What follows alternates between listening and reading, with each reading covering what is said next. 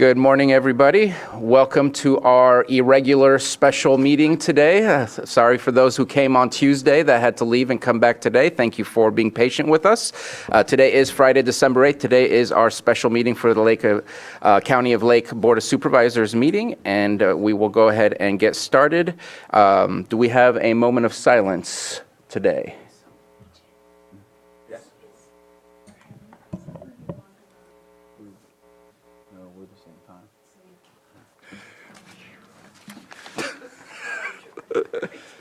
We almost had to play musical chairs. It's all good. I'd like to offer a moment of silence in honor of Jim Westman, who passed away on November 25th at the age of 88. Into a recent series of health challenges, Jim could be seen at the helm of Sante almost weekly, sailing out of Brados on the Buckingham Peninsula. Most of my early sailing experiences on Clear Lake involved crewing with Jim, who was a patient but stern teacher that belied his former career as a high school music teacher and a performer. Jim also taught sailing skills and life skills to so many others, including Brad King, Commodore of the Canocti Bay Sailing Club, who offered these thoughts. Jim is credited with being the reason we sail each Wednesday, but he typically went out at least twice a week, single-handing as often as not. Arlene, his wife, sailed with him often and is a joy to the club as well.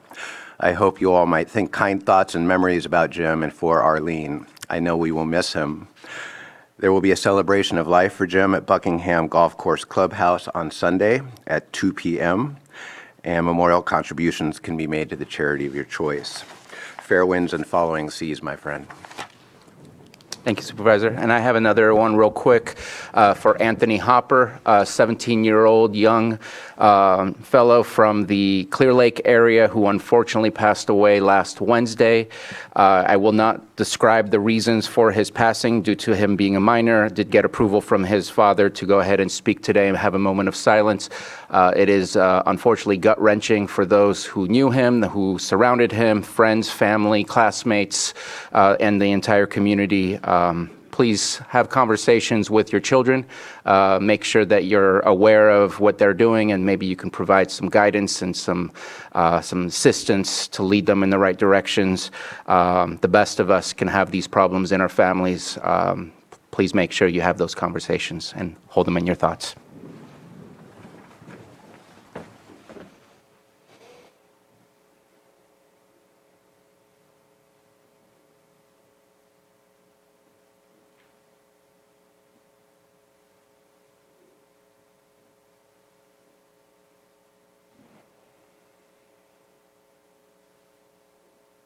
Supervisor Green, would you please lead us in the Pledge of Allegiance? I'd like to allegiance to the flag of the United States of America and to the republic for which it stands, one nation, under God, indivisible, with liberty and justice for all. Thank you for that. Do we have any extra items that are not posted on the agenda? We have no extra items. All right. So we will move on to the approval of the consent agenda. Are there any items from the consent agenda that any board members wish to pull for further discussion? Seeing none, let's go ahead and open it up for the public. I do not have, are we on Zoom? We are on Zoom. I do not have Zoom open in front of me, so I don't know if there's a hand raised. Sorry to check on that right now. How will I be notified if there's a hand raised? There aren't any hands raised. That is a great way to notify me. Thank you so much. And nobody in the public seems to be standing up, so I take it no one wants to pull an item from the consent agenda. I'll bring it back to the board. Mr. Chair, I will move to approve the consent agenda items 5.1 through 5.10. Second. A motion from Supervisor Crandall and a second from Supervisor Green. All in favor? Aye. Any opposed? Motion passes. And we are just in time to move on to 6.1 to public input. This is for any item that is not on our agenda. And again, we cannot respond since it has not been agendized. Are there any public comments to be made? And again, Johanna, if you can let me know if there's any hands raised in the Zoom room. No hands up. All right. Well, we are moving a little too quickly. Our next item is 908. Let's go ahead and take up item 7.3, consideration of the following advisory board appointment, Mental Health Advisory Board. We have an application from Danny Wind. Are there any comments, questions from board members? I know I've seen Danny take part in quite a large number of meetings lately. It's been appreciative to see his participation. I just want to clarify, it looks like this is a member-at-large seat, and that is appropriate appointment. Okay. Any public comment on the appointment of Danny Wind to the Mental Health Advisory Board? I see There are none. in the no board. hands in Zoom either, so. Perfect. Thank you, Johanna. And coming back to the board for action. And take it slow. We still have about 30 seconds till the next item. I'll just, knowing Danny and proper pronouns are tough. So they attended our last couple of mental health advisory board meetings. His preferred pronoun is they. And so I do want to, with that comment, just so the minutes are accurate, nominate Danny Wind as a member at large of the Mental Health Advisory Board. I'll second. Motion by Supervisor Green, second by Supervisor Crandall. All in favor? Aye. Aye. Any opposed? All right. Motion passes, and thank you for that clarification. Let's go ahead and move on back to item 6.2 or 9:08 a.m. item, consideration of county investment policy. And we will wait for our treasurer tax collector, Patrick Sullivan, to come up.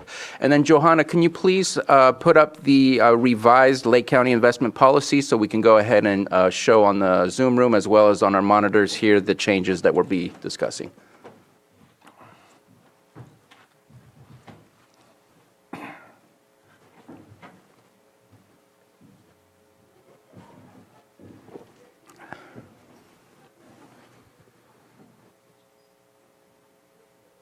I'm not sure that I was sent the revised one. It's on the attachments. I believe that either one of those attachments are exactly the same. Okay, one moment.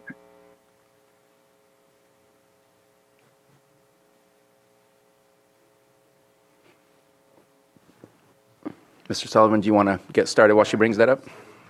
So good morning, board. Thank you for the opportunity to present this today and helping me get this done by the end of the year, which is critical.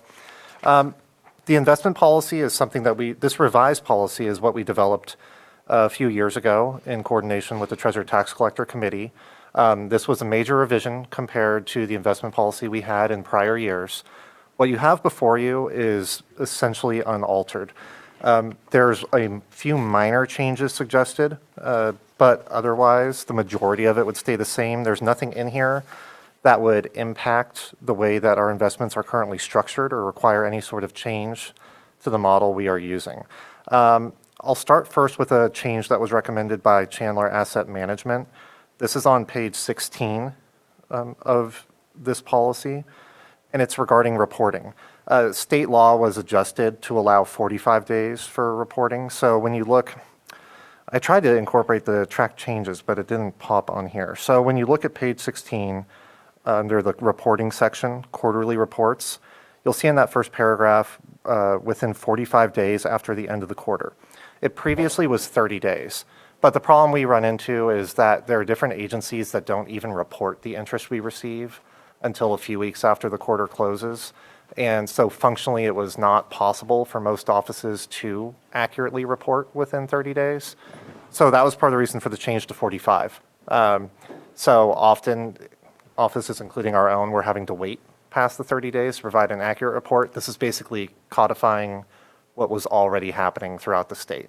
So I don't believe that change should be controversial in any way, but I'm happy to take questions on it.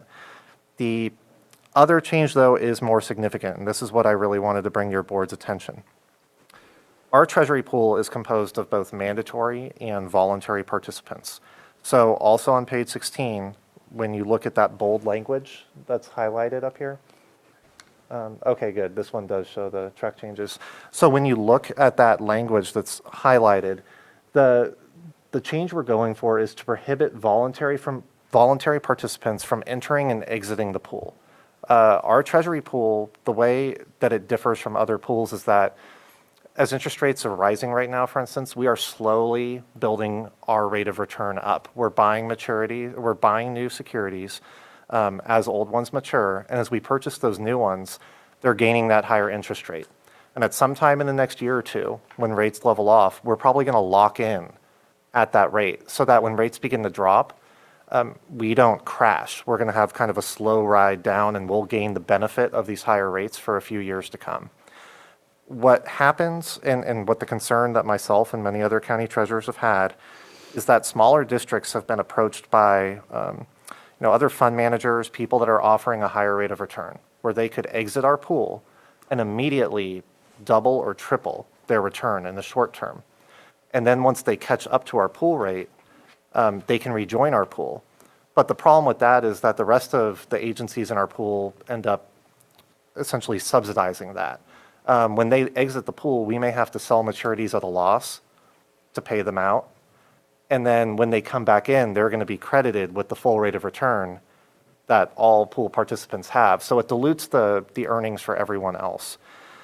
So the suggestion that I had is that we adjust it that typically, once you leave the pool, if you're an independent district, this does not impact the county or schools' mandatory participants. This would typically be smaller districts here. If they were to leave, they would typically not be allowed to return. If they were to return, we would have to examine the costs that the county incurred in allowing them to leave. Like if we did have to sell off, if we lost interest, and we would need to recoup that in order to bring them back into the pool. To be frank, I think for most districts, it's probably better for them to stay in the pool. Being part of the Treasury pool provides you with other services that are beneficial. If you go out on your own, you're accountable for all of those government code regulations that we have spent so much time trying to come into compliance with. That district would absorb that mantle by themselves, and the Treasury would no longer be there to assist them.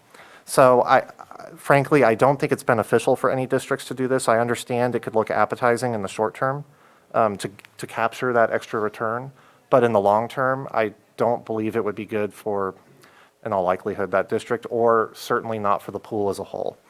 So the sort of compromise I'm proposing here is that their return would have to be authorized by the treasurer. There would be notification of the Board of Supervisors, because often there are other contracts or agreements that the county has that could be implicated in this, and that would allow a review of the action. So again, that's the more substantive change, and I'm happy to answer any questions your board may have. Thank you very much for the presentation. Any questions or comments? Supervisor Green? Yeah, I get the goal of that second change, but it seems, come join our pool and you better stay in, because if you ever dive out, you don't get to come back in. So I get the goal of it, but I guess the mechanism stated here seems unnecessarily restrictive. Unless, of course, those coming in the pool are given, adequate notice that, you're coming in and you're married to this forever, and if you do leave, you won't be able to come back in. And I don't know that if I were somebody looking to take a voluntary action to come into this, that I would necessarily enjoy that condition, even if it's made for legitimate reasons. So.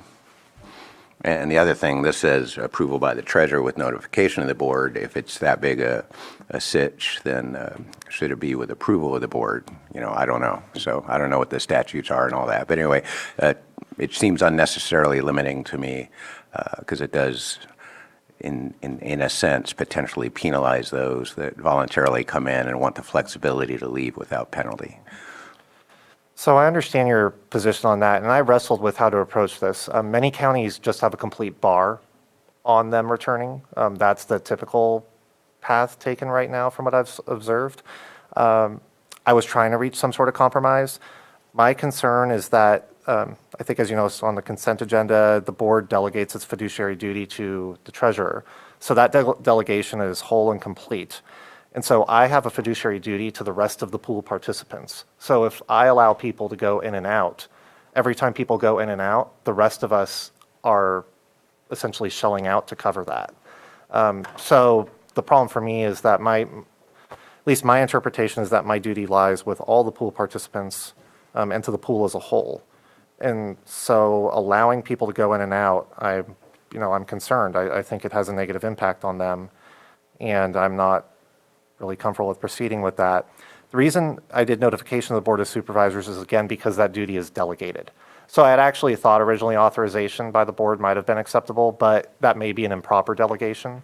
Trying to walk a fine line on this. And like I said, typically most policies I'm familiar with that are making these changes are doing a bar. I'm trying to find some sort of middle ground to allow someone back if they pay those costs. No further questions. So I appreciated the conversation you and I had about this. There is one thing, especially based on what Supervisor Green just said, the statement, any such authorization may consider cost recovery for expenses or losses incurred by the process. If somebody leaves, that's not what that statement's for. It's if they come back Yes. only, correct? That's correct. Because I thought I heard Supervisor Green saying that there might be a penalty for just leaving. At that point, yeah, you have the right to leave. You're voluntary. But if you start stepping in and out just to see where you could take full advantage, at that point, you're taking advantage of us. I do believe that mistakes can be made. People can see an offer on the table that seems much better than what it might actually be, and that they do take that bait and they end up leaving. I don't see a timeline. This is very much a forever clause.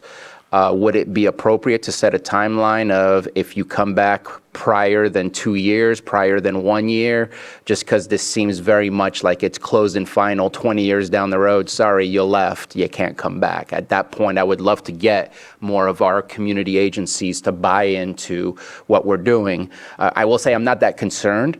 If they didn't jump ship when we weren't doing good investment, when right now we're doing absolutely amazing investment, I just don't see that as being a issue for us. But I understand the reason to want to protect ourselves from having to shell out more for one agency because they're making actions that affect us, and every single one of us left in that investment pool take that loss for them. That's not very fair. So I understand the reason for bringing it. So I made a lot of statements. I apologize. No, those are all good points. And I think maybe something that could further alleviate the concerns of both Supervisor Spatier and Supervisor Green is we could put a 3-year cap in here.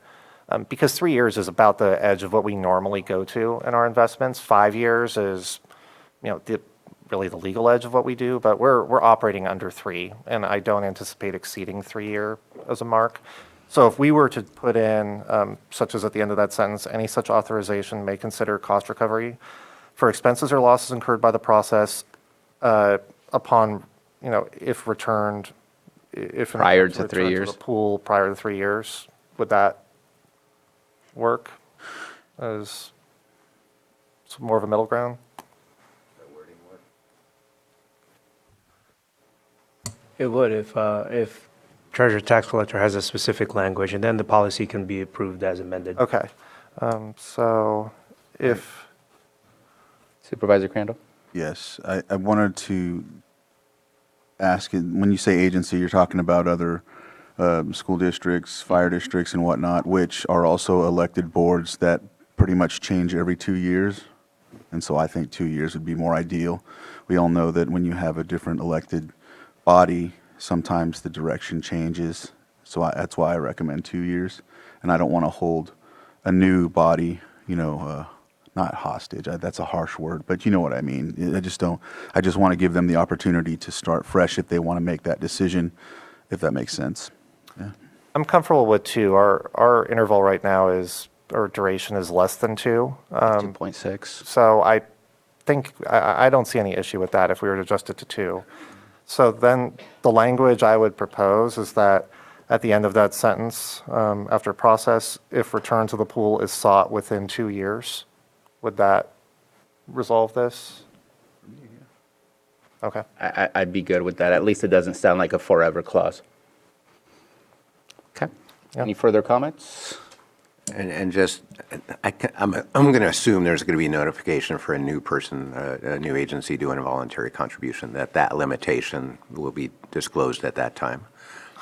Yeah, I'm not aware of any new agencies in the county, but like a new JPA, if something were created here, if they wanted to join the pool, we would share the policy with them and we would have a meeting with them to explain what the services are that we offer, what the benefits and disadvantages are of being in the pool. And, we try to have full transparency beforehand.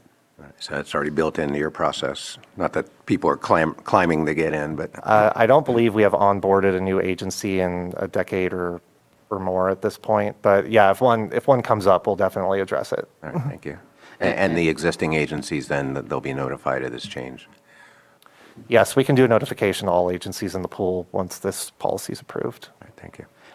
Just to put it out there, another way to make sure that agencies are in the know of why things are happening. I know we haven't reinvigorated the Investment Policy Advisory Council or Advisory Board or whatever the name of the committee would be called.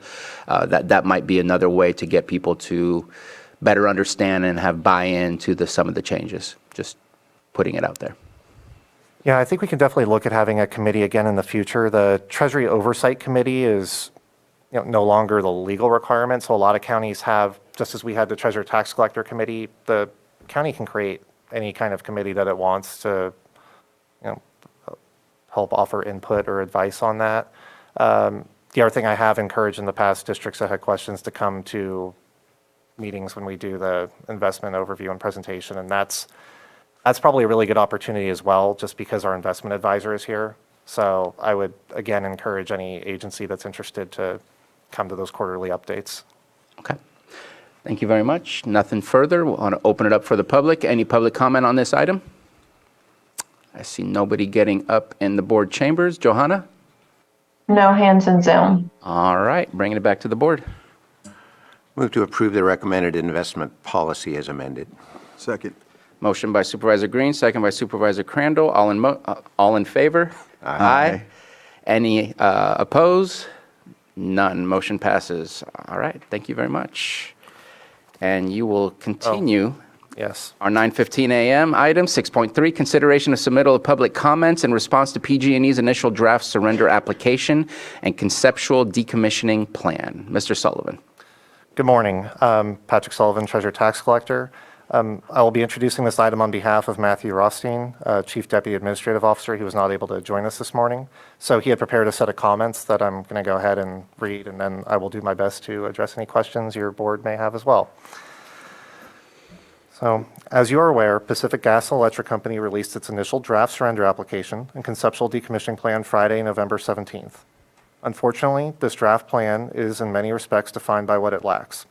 First and foremost, no concern is demonstrated for residents and property owners in the Lake Pillsbury area, and the loss of personal investments and property value decommissioning would undoubtedly bring, nor the Tule elk and other animal populations that have adapted to the current Lake Pillsbury dependent ecosystem over 100 plus years. Further, the rapid dam removal scenario, which requires management of 115,000 tons of dam materials and 21 to 35 million cubic yards of sediment, would constitute the largest disposal project in the history of Lake County and carry great potential for environmental disaster. Yet alarmingly, PG&E has not adequately consulted Lake County. A conceptual restoration plan is also promised by June 3rd, 2024, but no commitment is made in the draft plan to including the County of Lake or Lake Pillsbury Alliance, for example, in this planning process, or gathering robust input from affected parties. Your board has remained steadfastly opposed to decommissioning and removal of Scott Dam. Proceeding with decommissioning would present serious risks. As you are aware, this document states several of those concerns. 67% of voters in the state of California, less than 10 years ago, voted for more water storage, not less. Two of the largest wildfire events in California's history have occurred over just the past 5 years in the Lake Pillsbury area.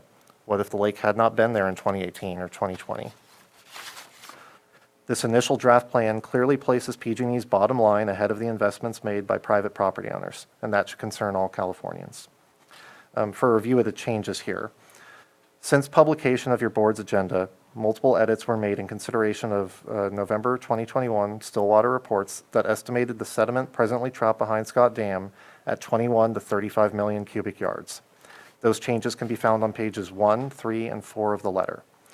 The fourth bullet point on page 1 now reads, management of the estimated 21 to 35 million cubic yards of sediment built up behind Scott Dam is not discussed in detail. Only the 12 million cubic yards PG&E hopes sufficient winter rains can flush into the Eel River are given attention, despite potential for serious environmental complications. The third paragraph on page 3 now reads, particularly given indications that at least a large portion of the 115,000 cubic yards of total dam materials and the 21 to 35 million cubic yards of sediment may effectively be dumped in Lake County for an undetermined period. PG&E has a responsibility to engage the County Administrative Office and other appropriate Lake County staff, and the fact PG&E staff have not done so long before now is deeply unsettling. The fourth paragraph on page 5, first sentence, now reads, 21 to 35 million cubic yards of sediment currently trapped behind Scott Dam also carry the potential for environmental disaster.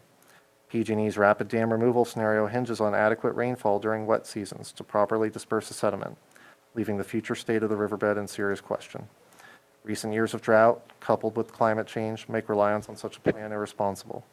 Should the rapid dam removal option proceed, millions of cubic yards of sediment will be disturbed and potentially destabilized. Without certainty, they will be flushed out. Robust conversation with Lake County is likewise needed on this front. Staff recommends your board approve this letter and authorize the chair to sign. So I didn't see it on the copy that Johanna has up, that last portion. You look behind you, she's got it open. You said it was the first paragraph on page 5. It says the fourth paragraph on page 5. Yeah, we don't have a, No fourth paragraph. there is no fourth paragraph. No, it's page 5.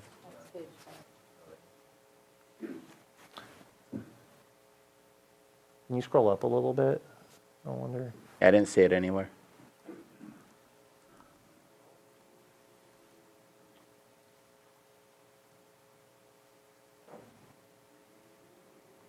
So the 21 to 35 million is referenced on there. Let me see if I have something more recent from Matthew. One second. Yeah, if you can send it to her so she can just copy and paste it in since she has it open as a Word document. That might be easy. While he's doing that, any questions or comments? Yes. Supervisor Crandall? Patrick, thank you for covering for Matthew on this, and thank you for being a part of this process, since, I know we've been dealing with it.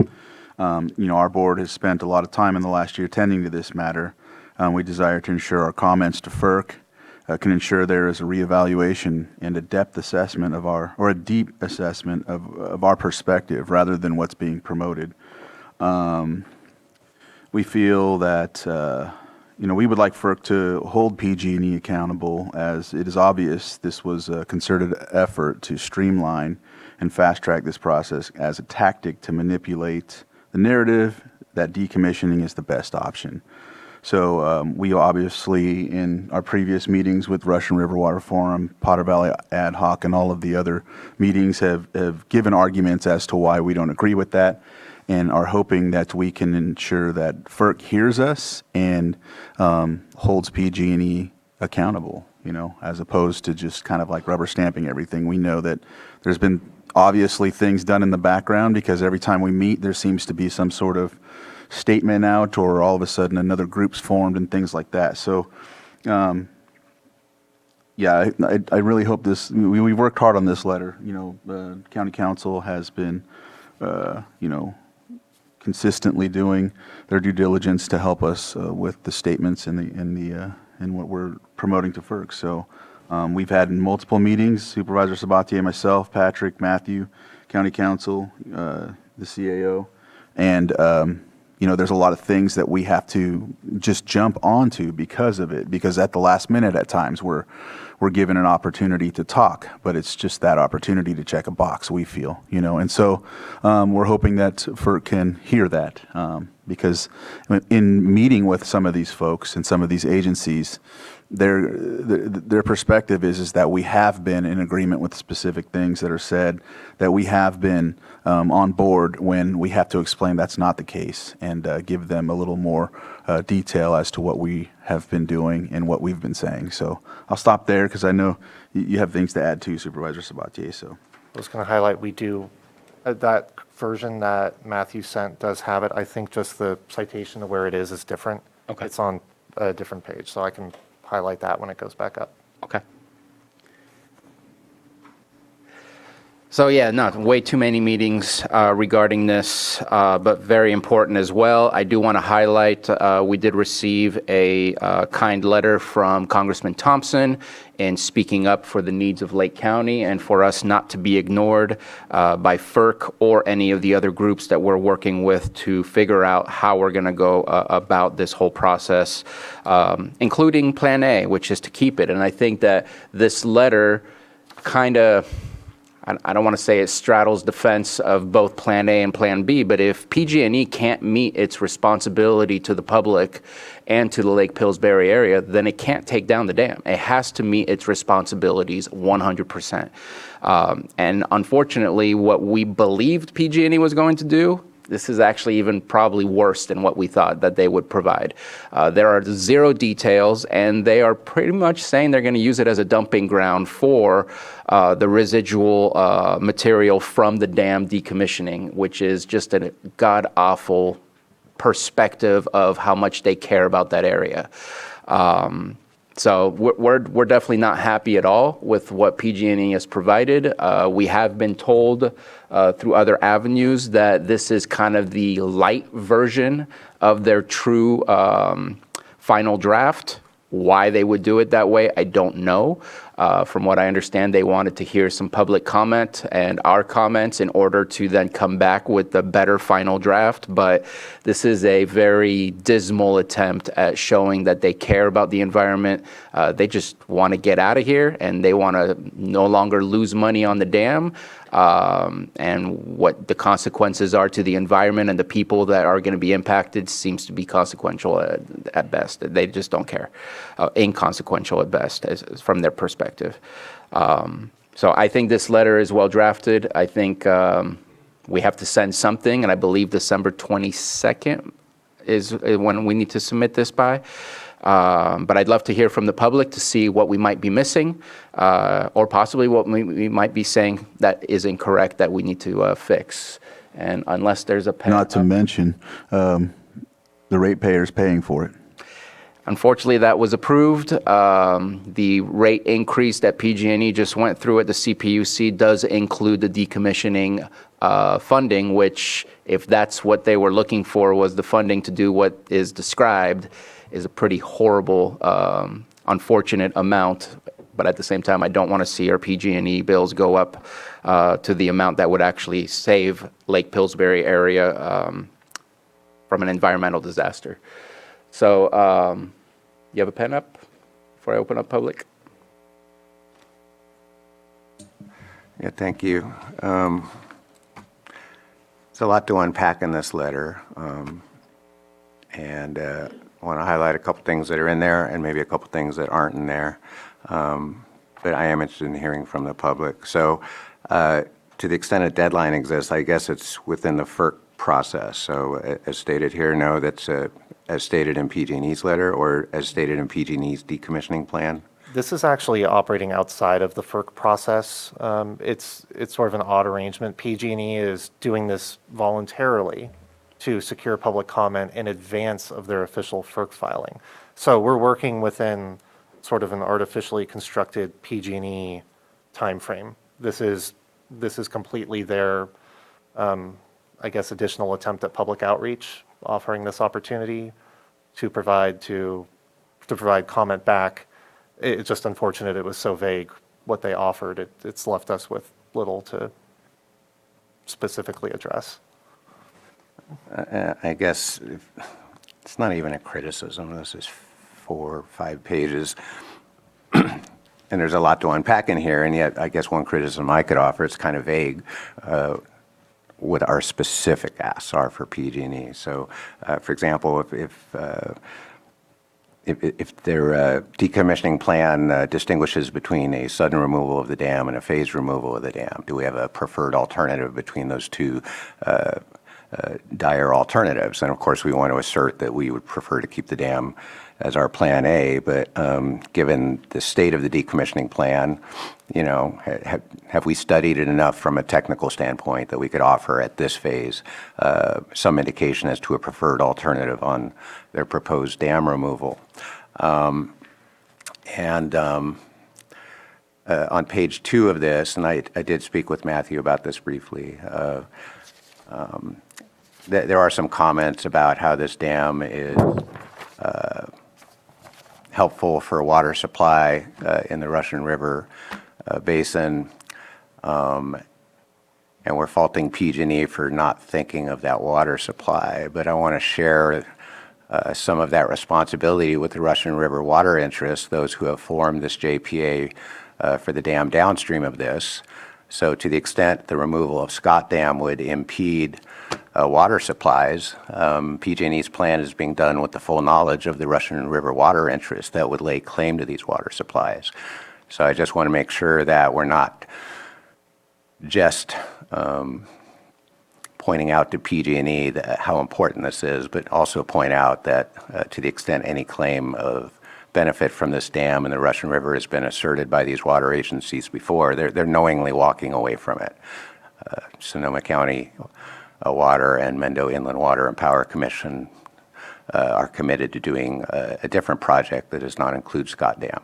So I think it's a valid argument. I don't think it's an argument at all for PG&E, because PG&E is not in the water supply business, and because the water suppliers that benefit from the current dam apparently are not interested in keeping Scott Dam. So I think we overemphasize that point. To the extent we do discuss the environmental damages that could be created by the decommissioning, I think a specific call out to the CEQA-NEPA process is indicated. Nothing that I've seen so far says that the decommissioning would be exempt from those processes, and so a more detailed plan involving CEQA and NEPA might be a good call out for future comments, but I can't really ding it in this particular letter. And finally, it's kind of tangential, but I went to Blue Ribbon yesterday, and I heard from yet another person who just assured me, using whatever knowledge base he had, that this dam is toast based on the seismic safety issue alone.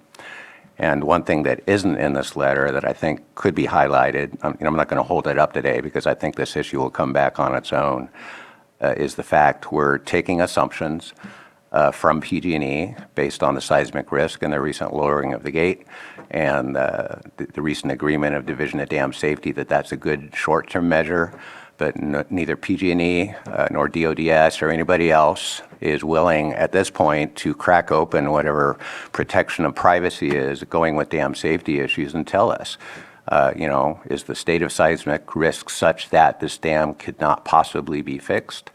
Is the state of seismic risk so great that partial decommissioning is no longer an option? It's somewhere between we lowered the gates and that's fine for now, cross your fingers, or it's somewhere closer to an Orville failure kind of a scenario in which the public should be advised of that. And the fact that we have these security measures for dams that make perfect sense, but the greater threat to this dam is not some random terrorist with a stick of dynamite. It's PG&E with the bulldozer crew saying we're going to take out this dam. So when we are at a life stage of a dam that is so late, 100 years plus, and we have known seismic issues that everyone and their dog seems to know about, but nobody will bring it out in public and tell us this dam is absolutely toast. You can't save it no matter what you want to do. Then I think to some extent we ignore what may be the most important issue of all. And I know I can't ask you to put something in this letter that we can't, or at least haven't been privy to up to this point. But I really think that is the big elephant in the room, and I wish we could do more to pry out some information to the extent possible about the true seismic safety there. And I do want to highlight and thank, from a FERC filing back in June, Friends of the Eel River for providing the most extensive analysis I've seen to date of the seismic safety of this dam. So thank you. Thank you very much. Supervisor Crandall? Yes, and thank you for a couple of the statements you've made, Supervisor Green. I do, however, feel that PG&E is, even though they're not in the, they're not in the business of what you mentioned, I do feel that they have a liability and responsibility to ensure that safeguards are intact. They were subject to liability and lawsuit before for fire measures, for fire situations, and when they abandon and when this happens, we've shown a map before, accentuating that everywhere around that forest is subject to fire, more fuel to perpetuate against all counties that surround it. And so they should be held responsible if and when, or whatever the case may be. I don't even know if there's a better word for it, because our goal is obviously Plan A. But if it goes to the other direction and there is a fire, I feel that this should be highlighted now, so there's an understanding that when they decided to fast track this, and that's where I emphasize their responsibility. I don't mind if they take the full process, measure everything, give us the opportunity to prove seismic measures and all of the other things we're asking for, but they're fast tracking it. We know there's things being done behind closed doors. We know that there's, other agendas intact. So for me, this is something that needs to be highlighted. And I don't know if it's if or when there's a fire, but I do want to highlight that because, like we said about the water, another thing, if and when there is lack of water source because of climate change, we're going to look back here and say, we told you so, sorry. And with the fish, those are one-sided unanswered questions as well. And I understand that we've beat that to death to the point where they don't even discuss it with us anymore. Only one group does when they want to file suit. So I'll stop there because I'll go on all day and night. So. Thank you for your comments. I hear we have a lot of people in the room that want to speak on this, both in the Zoom room and here. So let's go ahead and get started, and let's start in the board chambers for public comment. Or at least I thought people wanted to speak on this. There's no need for you to raise your hands. Just line up and come on up to the microphone. And we're going to time you at 3 minutes. And thanks for your comments, you all. And Mr. Green, I'd just like to say, nothing is impossible if you work hard enough. So And if we can can, be saved. if we can start with your name, please. So my name is Chris Reed of Lakeport, father of 4 boys. I'm not only talking to you today for them, but all of the community. Dear board members, I'm here today as a concerned citizen of our community regarding the preservation of Lake Pillsbury. While I appreciate the recent letter drafted to PG&E from the board addressing the issues faced with the removal of the dam at Lake Pillsbury, I'm also worried to see the defense and wait-and-see approach taken by the County of Lake in regarding the preservation of Lake Pillsbury. Although you address important issues in your draft letter, I have had many conversations with residents of Lake County and Sonoma County, and have found that there is a general lack of awareness about the potential impacts in our communities resulting from the removal of the dam. Consequently, the removal of Lake Pillsbury. As a concerned citizen of Lake County, I strongly believe that the County of Lake should be more proactive and hands-on approach to exploring options for the preservation of the lake. Losing Lake Pillsbury is not an option, so let's start fighting to save the dam, thus Lake Pillsbury. Can we as a community and you as our representatives start the conversation about what resources we have to save the lake? How much would it cost? Can we work with Lake Mendocino and Sonoma County to save the lake versus Humboldt County working with Mendocino and Sonoma County to remove the dam? There are so many options to start working towards saving Lake Pillsbury for a community instead of waiting for PG&E to tell us what they're going to do. I firmly believe that an offense-like approach to preserving Lake County's cherished treasure is in the best interest of our community and needs to start now before it is too late. I appreciate the opportunity to discuss this with you today. Thank you for your attention to this important issue, and I look forward to a positive and proactive response from you all. Thank you. Thank you. I have a quick question for Mr. Reed. Yes. Have you attended any of the Potter Valley Project meetings or any of the Russian River Water Forums or any of the Russian River? I've talked to the Alliance, I've read about it, but unfortunately they're always when I'm working. Okay, because a lot of what you were mentioning, we've done in those forums, but appreciate your statement. Okay, thank you.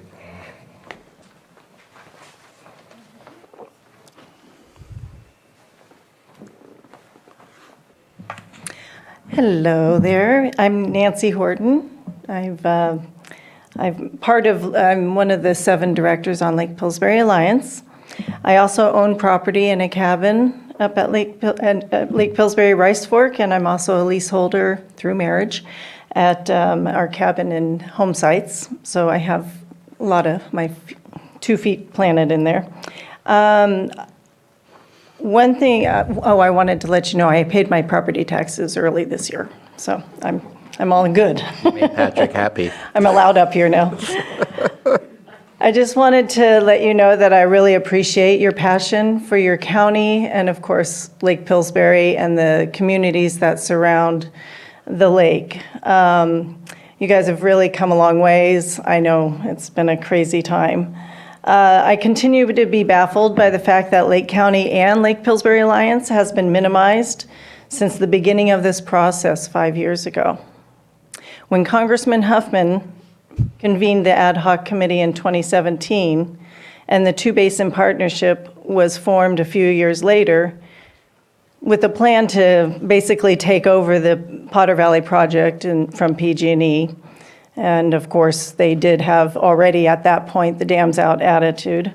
Lake County Supervisors secured the necessary funds to join the partnership, went through the whole process, and you were denied. Being that the headwaters of the Eel River originates in Lake County, with Lake Pillsbury, Scott Dam, and about 6 river miles below Scott Dam, also in Lake County, I believe that it should be, personally, I believe it should be illegal to not allow any county that contains any part of the Eel River watershed to be let me state that again. I believe that it should be illegal to not allow a county that contains any part of the Eel River watershed to be able to be a part of a partnership that makes decisions involving that county's future. Now, I agree that that would have maybe been a kind of a waste of money because of the way the partnership was already formed from the ad hoc committee, but it still was disheartening to not be allowed when you're the watershed. Well, this is what happened to Lake County, and I think that the public needs to be aware of this. It has been a humbling experience and a very steep learning curve for all of us. The knowledge that you all have gained has only increased your drive to save Lake Pillsbury. We've seen it. And I thank you so much for your time to write this strong letter of comments to PG&E. Thank you. Thank you. Anyone else wish to speak? I'm sure there's someone else. Always someone else.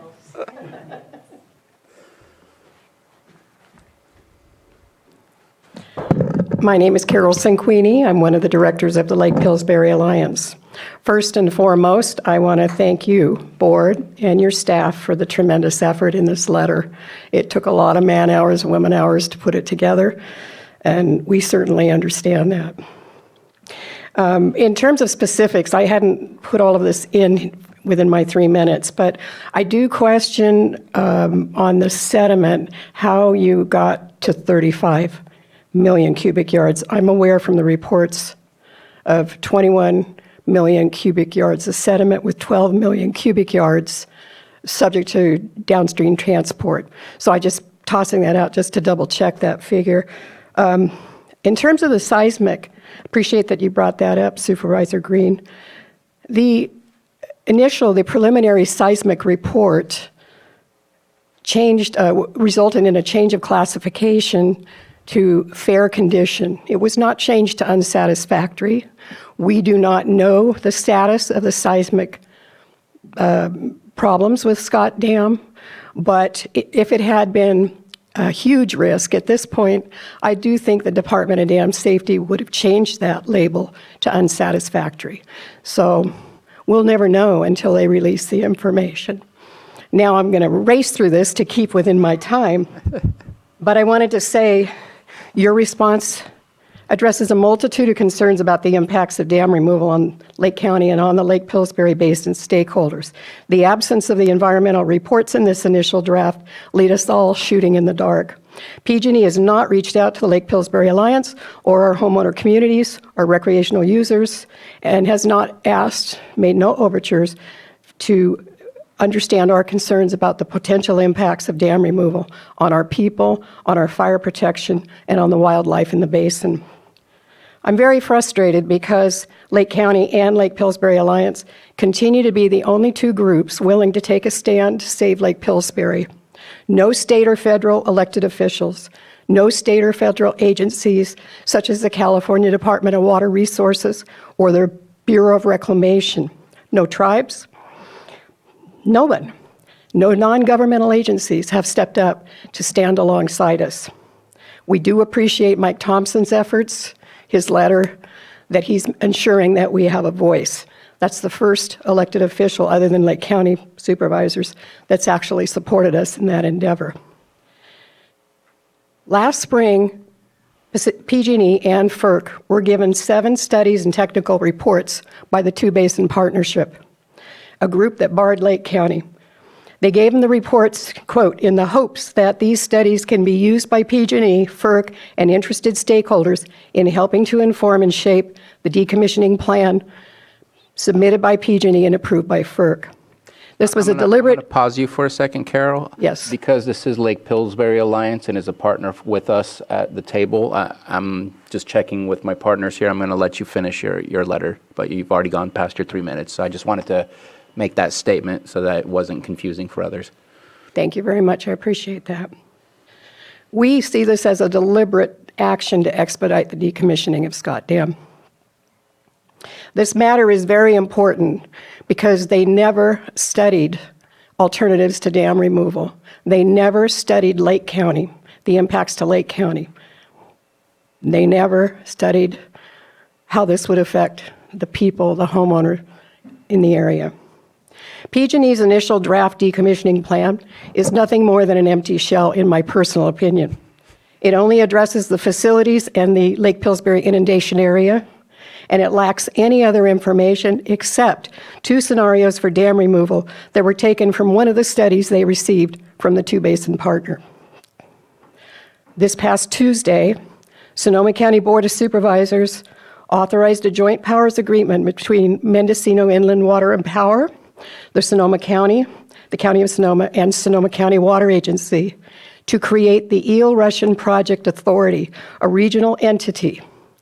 This JPA will allow them to engage in discussions with PG&E to include this new entity in the license surrender application, essentially to allow for ongoing water diversions from the Eel to the Russian without Scott Dam. We learned yesterday in the Russian River Water Forum that they added 4 partners: Caltrout, Humboldt County, California Department of Fish and Wildlife, Trout Unlimited, and they're working out settle agreements.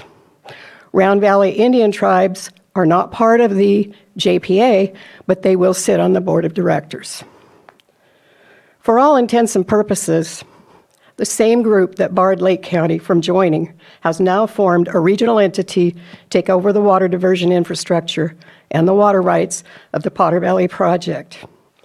PG&E is going to move forward and they are planning to take those dams out without addressing, or to this point, without addressing our concerns. We must hold PG&E accountable for this. Thanks for your time. Thank you. Any other comments? Please come up to the microphone, or I will switch over to the Zoom room. Wasn't a threat. I'll come back to you guys. How's it going? Good morning. Welcome. My name is Ricardo, 19. I go to Mendocino College. I moved out here 2 years ago, and I've seen Lake Pillsbury Alliance in Potter Valley.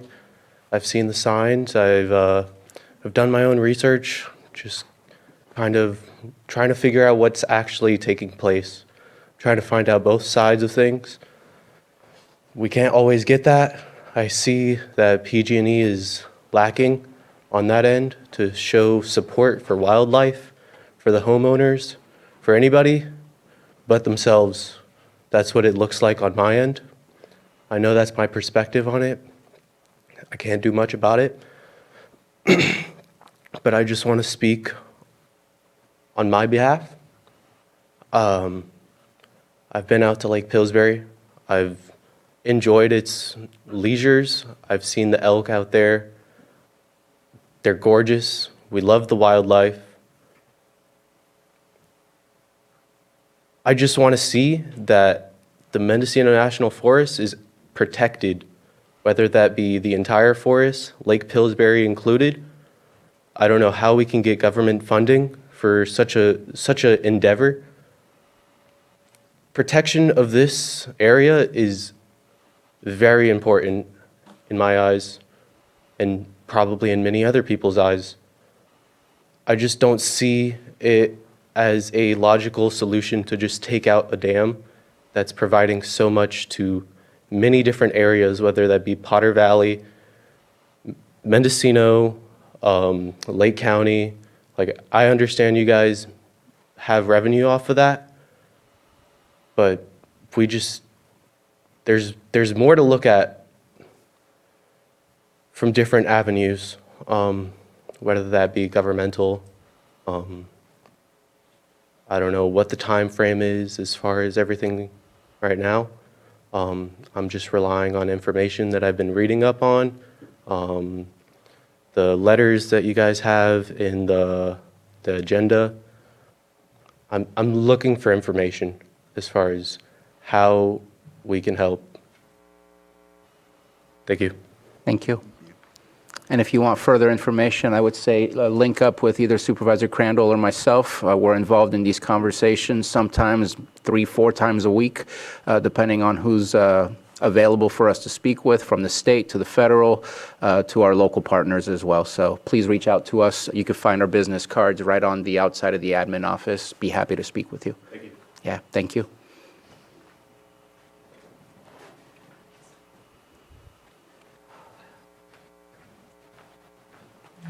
Aaron Davis of Lakeport. I just want to point out to that, it seems like to me regarding the sediment that what PG&E considers to be a problem to try to maintain the dam, they're basically just handing off the problem down to Lake Mendocino. It's going to push sediment into that lake.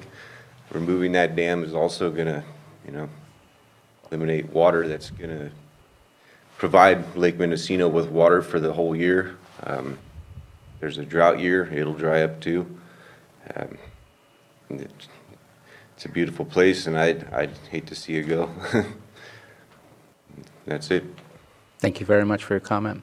Now, sediment, the sediment portion makes no sense, especially with the wild weathers that we've been experiencing. We just had a conversation yesterday where if there's massive flood or atmospheric river, then no, that's too much sediment going down, and that will hurt. There's so many unknowns versus what we have now. There's a lot more knowns to better understand how we can figure out the problem. And in my opinion, sorry for interjecting in public comment, the major problem as to why most people don't want to see the dam there, so there is a law that you cannot put up new dams on the Eel River, but this one's already there. But with the Endangered Species Act, with the salmon, that means that you will get nonstop lawsuits until you can figure out how to fix the salmon problem of being able to reach the headwaters past the dam. That cost has been prohibitive, hence why the first group that got together weren't able to continue moving forward. But it really just comes down to that, and then destroying a infrastructure to solve a problem for the ESA, which just creates brand new problems for all of us to have to figure out. And I think that there's a better way to make this work, especially in light of the weather phenomenons we have, where it is unknown as to how this is going to work, especially for the 600,000 people downstream that rely on drinking water. We could pretty much figure out where we will be if the dam comes down. It's not a good place that we'll be, but the others, they rely on it in a different way that will be absolutely catastrophic, in my opinion, and in our opinion, and how we've been talking to all of our groups. And that was a statement we made in the last Russian River Forum meeting, which is kind of comical that they seem to have shut it down after we made our statements, but I'll leave that at that. Sorry to take up public comment. Who wants to speak next on this item in the board chambers? All right, let's go ahead and Zoom room. Johanna, if you can provide us the name of the individual you are unmuting. Okay, so the first person is Brian Clack. Thank you.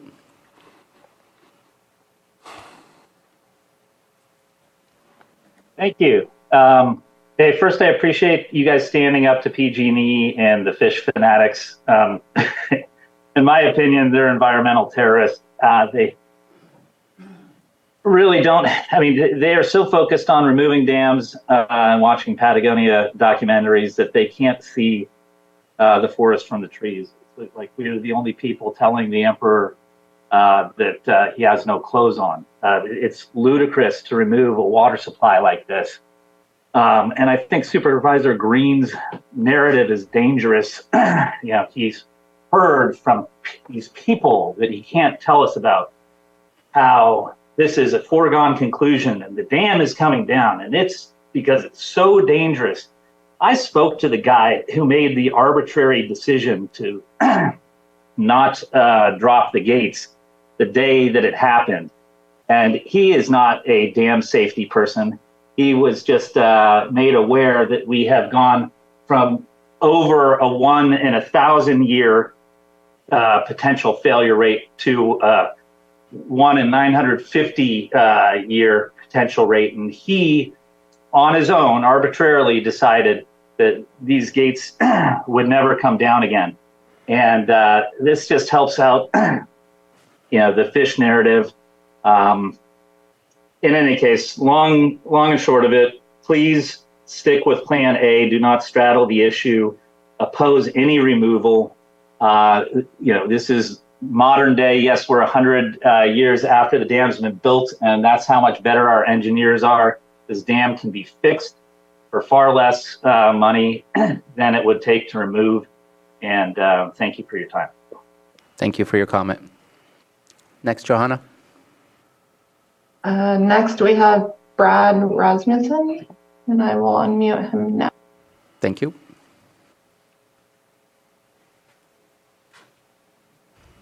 Hello, can you hear me? We can hear you fine. Thank you. I'll be short, as a lot of the my concerns that I would state are already included in the board's letter, as well as by other comments that have come in. But this is a very important issue. I appreciate the county and the board's work on putting a lot of thought into the serious concerns and impacts that would occur in our county and in that community to its people and wildlife, and environmental impacts as well. So I support the board sending this letter off as soon as possible to get these comments on record. Thank you. Thank you very much, Chief. Johanna, who's next? That concludes the hands in Zoom. Oh, I thought there was a lot of hands in Zoom. Okay. Just want to check in real quick, both on Zoom and in the chamber. Any further public comments before we go ahead and close public comment? I just got one more from Frank Lynch. And we're going to wait, Frank. We have somebody in the board chambers who's already walking to the microphone. I do not want them to go back to their seat. Hello, my name is Stephanie Carvalho. I also moved out here about 2.5 years ago. I live in Potter Valley. I actually quit my career in healthcare and I took up farming. And I've been gardening and spending a lot of time out in nature.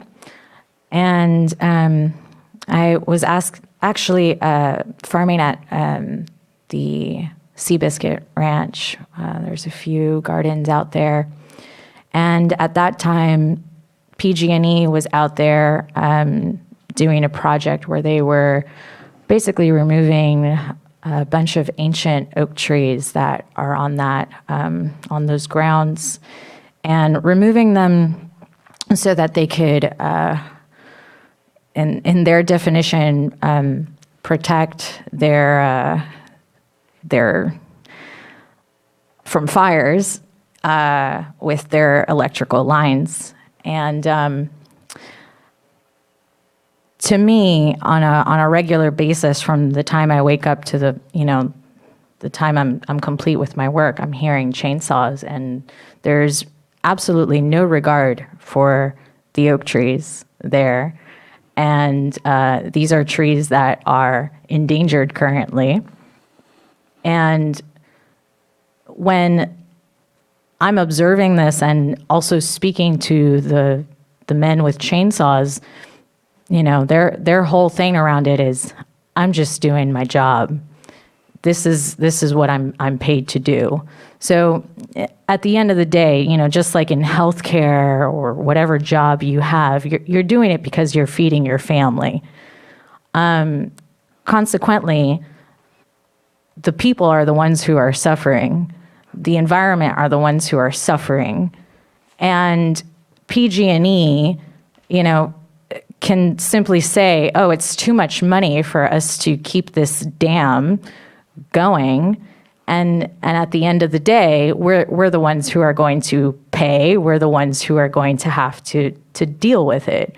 So my question is, are there actual environmentalists who are on this that are able to present an alternative that might not have anything to do with their option B, C, whatever we want to call it?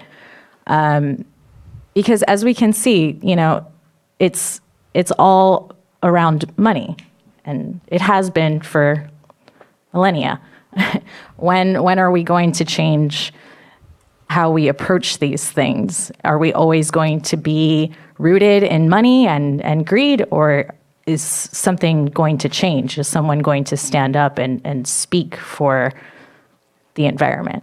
And your 3 minutes are up at this moment. I'm complete. Thank you. Thank you very much for your comment. And I think, unfortunately, PG&E is winning the money game. And there was another hand up in, Frank Lynch, online. Thank you for the opportunity to speak, and thank you for holding the hearing today. Yeah, PG&E's letter, it's kind of cynical. They put out a minimal effort and just are going along with the process to see what they can get away with. It's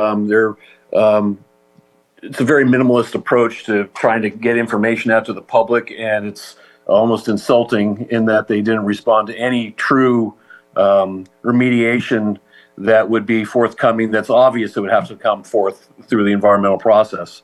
I would just one note very quickly to Supervisor Green, be careful when you cite the Friends of the Eel as providing the most detailed information on seismic concerns, that they have a pretty jaded perspective.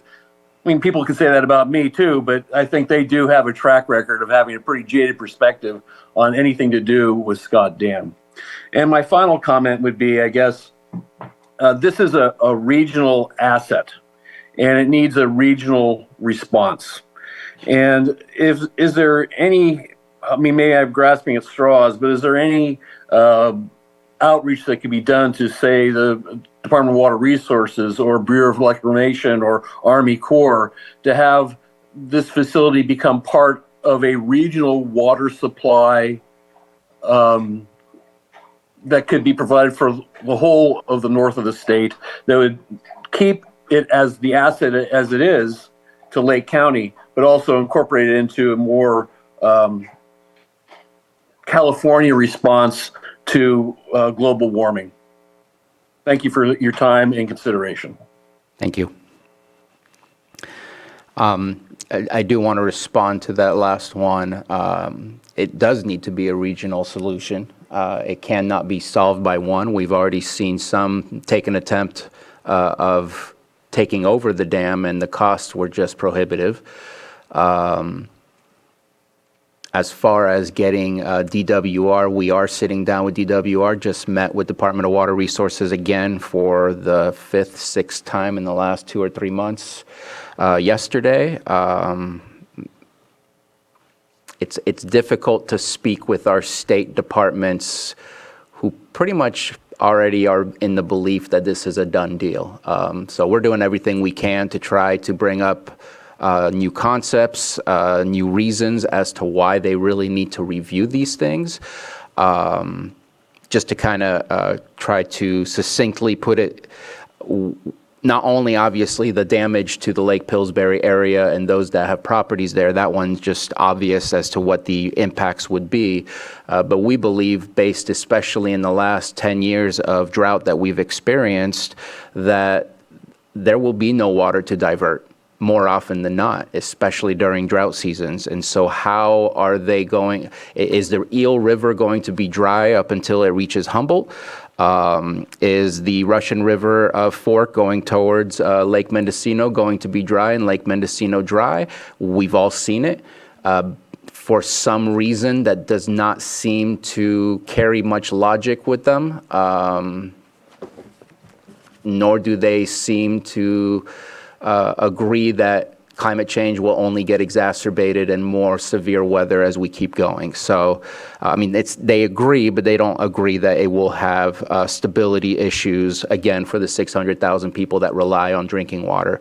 When Supervisor Crandall and myself did our last stand at the Russian River Forum, we did have water districts come up to us and share those same comments, but those were small water districts and not even close to the size of inland water from Mendocino or Sonoma water in Sonoma County, who seem to have a plan up their sleeve onto how they're going to continue to provide water. And I'd hate to even ask what the cost will be to the taxpayers to recreate another situation of water storage somewhere else rather than working together to keep this one. So it's been a very difficult conversation to have because it is an uphill battle to try and get our points heard, let alone having people think about what we say and maybe come back with a different perspective. That perspective has not changed. I will also say that somebody mentioned Huffman. It is very strange that we had a letter from Congressman Garamendi, who represented Lake Pillsbury at the time, that said he did not want the dam to come down, but yet another congressman was working to take it down, not even within their own district. I try to imagine myself doing that to Supervisor Crandall, trying to make changes in his district without telling him, even though he's against those changes. That would be a very weird situation with my colleagues, but yet that's what's happening in DC. They care more about the checkbox on their list of, I took down a dam, look at me, versus that's not in my backyard. I probably shouldn't do something there, or I should at least open up conversation with my colleagues to see what we can do. So this whole situation has been very strange, and we're going to keep going. Supervisor Crandall. Yeah, I'd like to add, I wanted to mention, I realized too, Mr. Reed, you made some comments too, but I wanted to let you know that I understand why you probably haven't been able to hear our history on this, because it's not posted on the Potter Valley website, Potter Valley Two Basin Solution. It's not posted on Eel Russian River Commission. You have to do a deep dive, and at times you can't even find that information. You don't have a lot of information on the Russian River Water Forum either. So all you're getting is what you can get from us here or the articles. And so I actually understand why you have, and I wasn't trying to come off a specific way, and I apologize if it seemed that way, but I realized afterwards you wouldn't even have any information because it's not out there unless you read Press Democrat or whatever we can get out, right? So, but just a little bit more history. When I came on in 2019, the previous supervisor Steele had been saying the same things we're saying, and basically going back and forth with Congressman Huffman in those Potter Valley Project Two Basin Solution forums. And one of the main arguments that he had is of course the fish situation, and that the dam is needed for the cool water flow. And I've said this a lot of times, but I'm going to say it again. The dam is needed for the cool water flow to save the salmonids, and they're saying that they're going to not prosper with the dam gone, right? So our argument has been that, but we also seen it come to fruition when Cal Trout asked FERC to urge PG&E to raise the gates in order to save the salmonids, because they're taking high mortality rates due to the temperature rising in that water. And we weren't even given the opportunity or email to comment or, say, hey, yeah, we agree, we've been saying this or anything. It had to be given to us from an outside source. And so just that's another example of why a lot of people don't know what's going on, or also of how things are being circumvented around us. And other agencies that we've met with always ask us to urge Lake Pillsbury Alliance, because they've always been, and I want to highlight how instrumental they've played. They've been the heavy hitter on this with all the information. They've been doing this for years. They came to me right away when I was elected and let me know about this. And so, but the other groups have been asking us, hey, get them on board with the fact that decommissioning is coming down. We're like, no, I'm not going to do that. Like, that's not what we do, so we don't agree, and that's not fair. Like Supervisor Sabatier said, all of this information that they're putting forward is not giving a true democratic approach, because they're not giving another side the opportunity to weigh in their perspective. And it's just a blessing today that we don't have Friends of the Eel here coming forward and marginalizing every little statement that we make and, butting us or whatever, or, all lives mattering us or whatever you want to call it, in the chambers. And so, lastly, I'll say this. A majority, if not all dams, are structurally not sound. And so this dam's being magnified due to the interests at hand. And so basically, it's just like waiting for a will after someone passes and going like this, what are we going to get? Let's not listen to them. And so I just, I had to say that because of a lot of the comments, and I appreciate the comments because everybody here came with real life feelings and care about this. So I'll stop there and thank you all.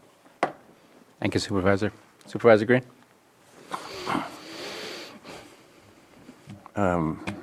I get where they may come across as buts, but just because people share uncomfortable facts and truths and kind of tailor it in their goal set doesn't mean those uncomfortable truths are not relevant.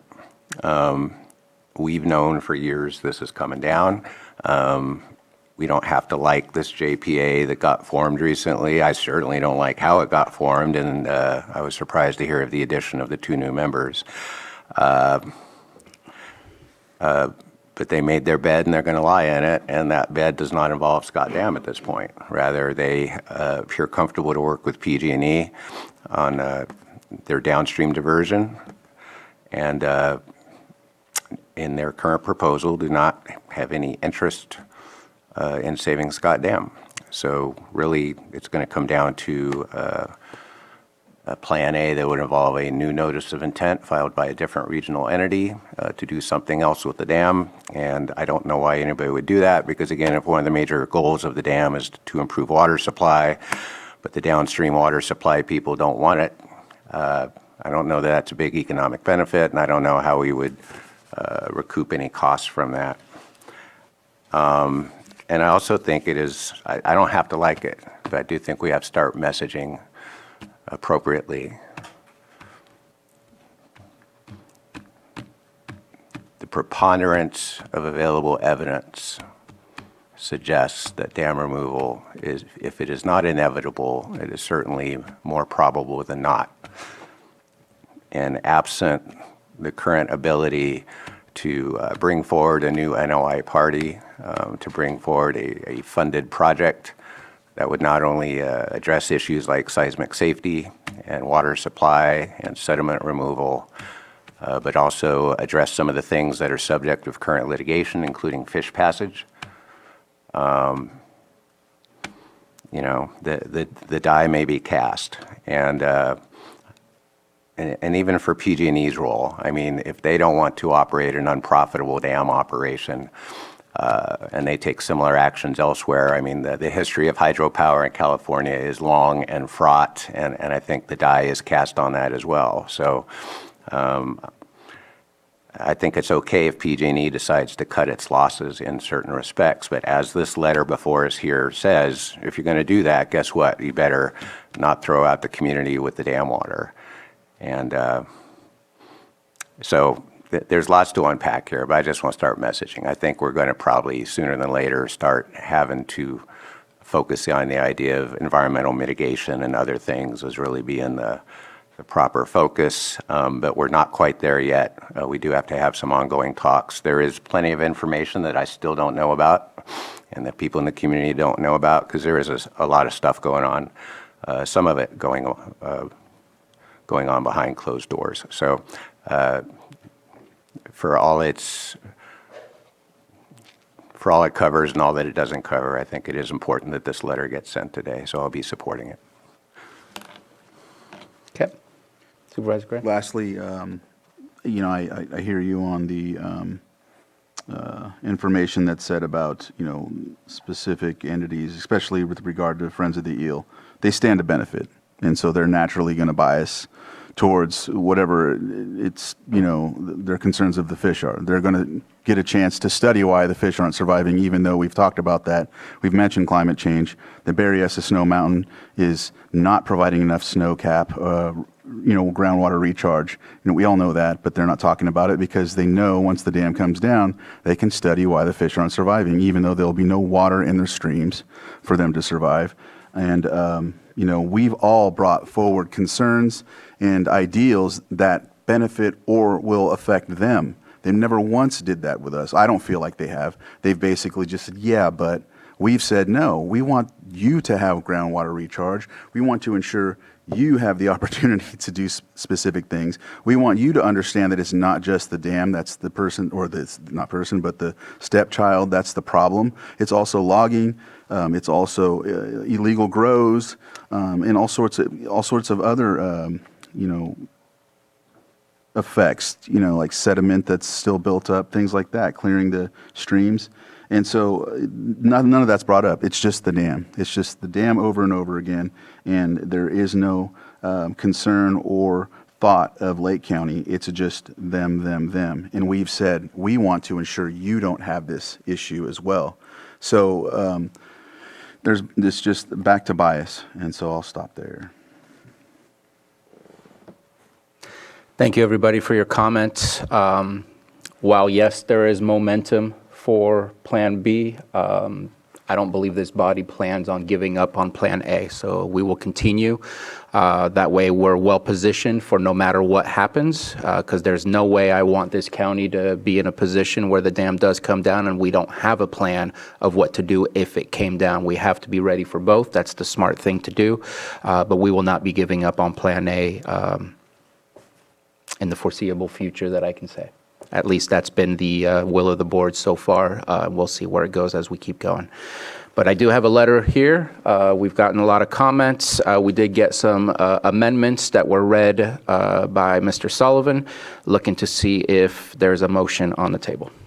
We have more public comment in Zoom. Well, the things I can't see. How many hands do we have? 3. Okay, let's go. All right. The first one is Manya.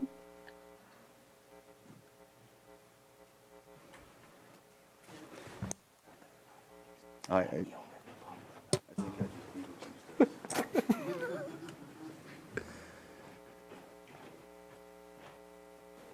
have unmuted you, Manya, if you can. There you go.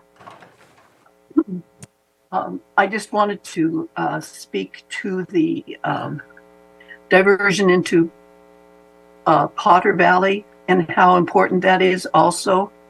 102 years ago, my maternal grandparents left Potter Valley after an 8-year stay because farming without dependable water made agriculture difficult. Just a few years later, the tunnel project brought Eel River water into Potter Valley and transformed the quality of life for the fortunate residents who remained.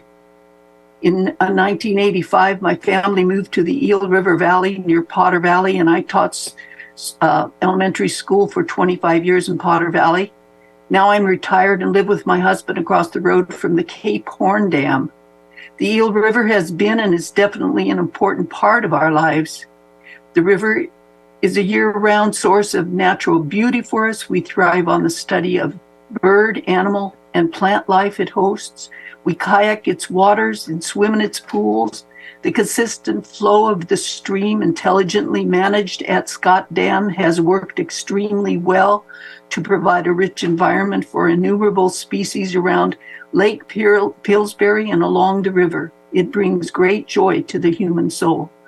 In 2017, I witnessed fire suppression aerial teams dipping tons of Eel River water to fight the raging wildfires. That critical water supply was available thanks to the wise management of Lake Pillsbury. The tunnel project is quite an amazing piece of man's creation. It opens up vast agricultural and recreational areas to human development. Pulling out the dam at this time in history does not make sense. It would remove the foundation under the lives of vast numbers of people who depend on the water for both agriculture and recreation. And I'm curious as to why not more of the agricultural and people on the downstream side of this aren't making a louder noise.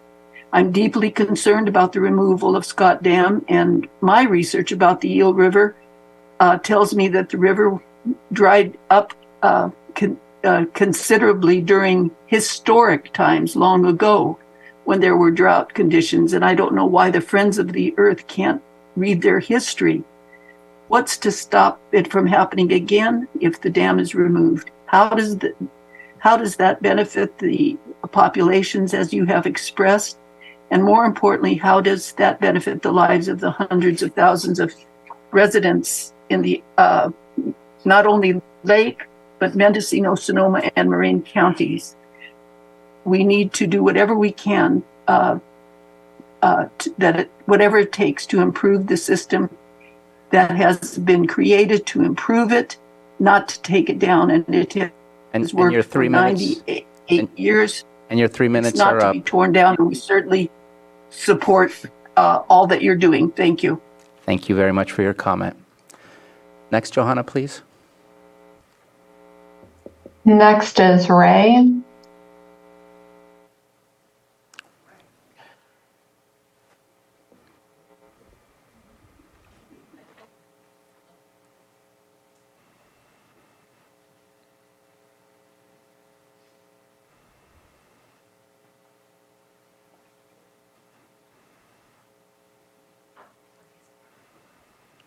It looks like Ray has two profiles up.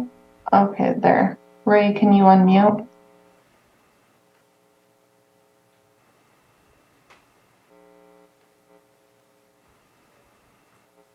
Let's go ahead and move on to the third hand. We'll try Ray again.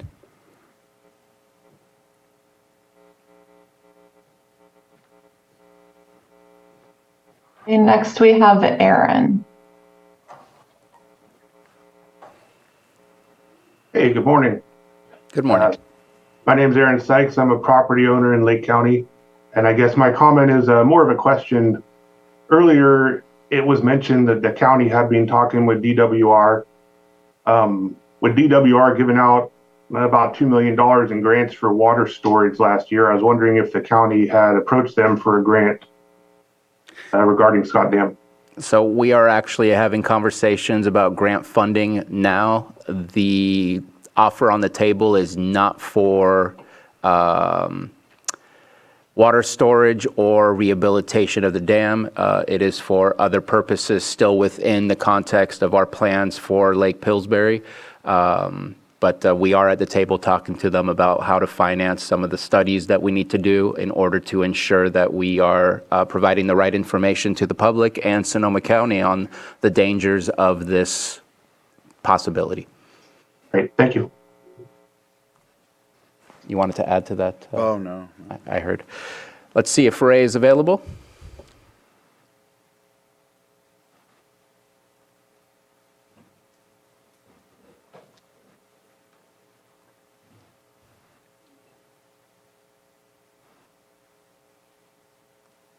Still not getting anything. All right. I would say, Ray, I'm going to go ahead and close down public comment unless there's another hand that popped up. Johanna? Yeah, we have Galaxy Tab A7. Let's hope it's Ray.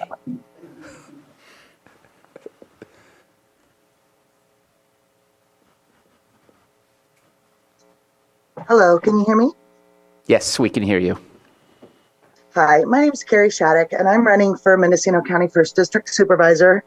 And I feel that is a huge travesty that Lake County has not been included in these negotiations and the potential for loss of Lake Pillsbury.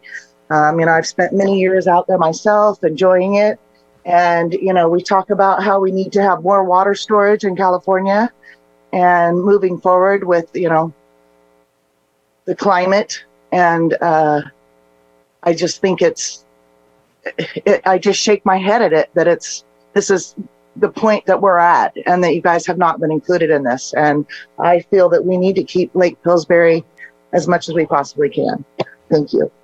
Thank you for your comment. I think Mendocino would benefit just as much as we would. And if there's no further hands up, Johanna? No, just Ray. So if he wants to submit public comment on e-comment, he can do that. Okay, or just reach out to one of us and let us know your thoughts. And I'm going to go ahead and close down public comment. Supervisor Crandall? I was ready to make the motion. Let's do it. Ready.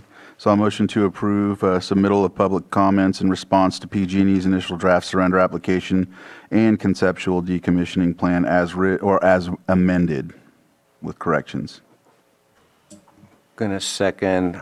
Do have a discussion point. So at this point, it's a submission directly to PG&E, and was there interest or ability to consider this at a separate time for a FERC filing as well? Is there any benefit to that? This letter was drafted in direct response to PG&E's request. I don't know if FERC will accept comments during this time or not. Staff can look into that further. I know that on the what was the proposed schedule submitted by PG&E as it relates to the draft and all the way through the finalization of the surrender decommissioning plan and afterwards that FERC approved. At this particular stage, it is a submission to PG&E, but there may be an opportunity to include this in future filings with FERC. Okay, all right. Thank you. So we have a motion from Supervisor Crandall and a second from Supervisor Green. All in favor? Aye. Any opposed? Motion carries. Thank you very much. I do want to say again, Lake Pillsbury Alliance, you have been the fire at our feet. You are definitely holding us accountable, always letting us know any time a step is taken in any of the process. I just want to share my appreciation for all that you do. The communication you have with us, it is absolutely appreciated. You are a great partner. Thank you. And let's see here. Where are we at? Let's go ahead and take a 5-minute break, and then we will speak with our sheriff. All right, we're back. Thank you very much for your patience. We're going ahead and take up our 6.4, our 9:45 a.m. We're just about an hour off. Consideration of resolution adopting the Lake County Hazard Mitigation Plan for the County of Lake. And Sheriff Howe, please come on up.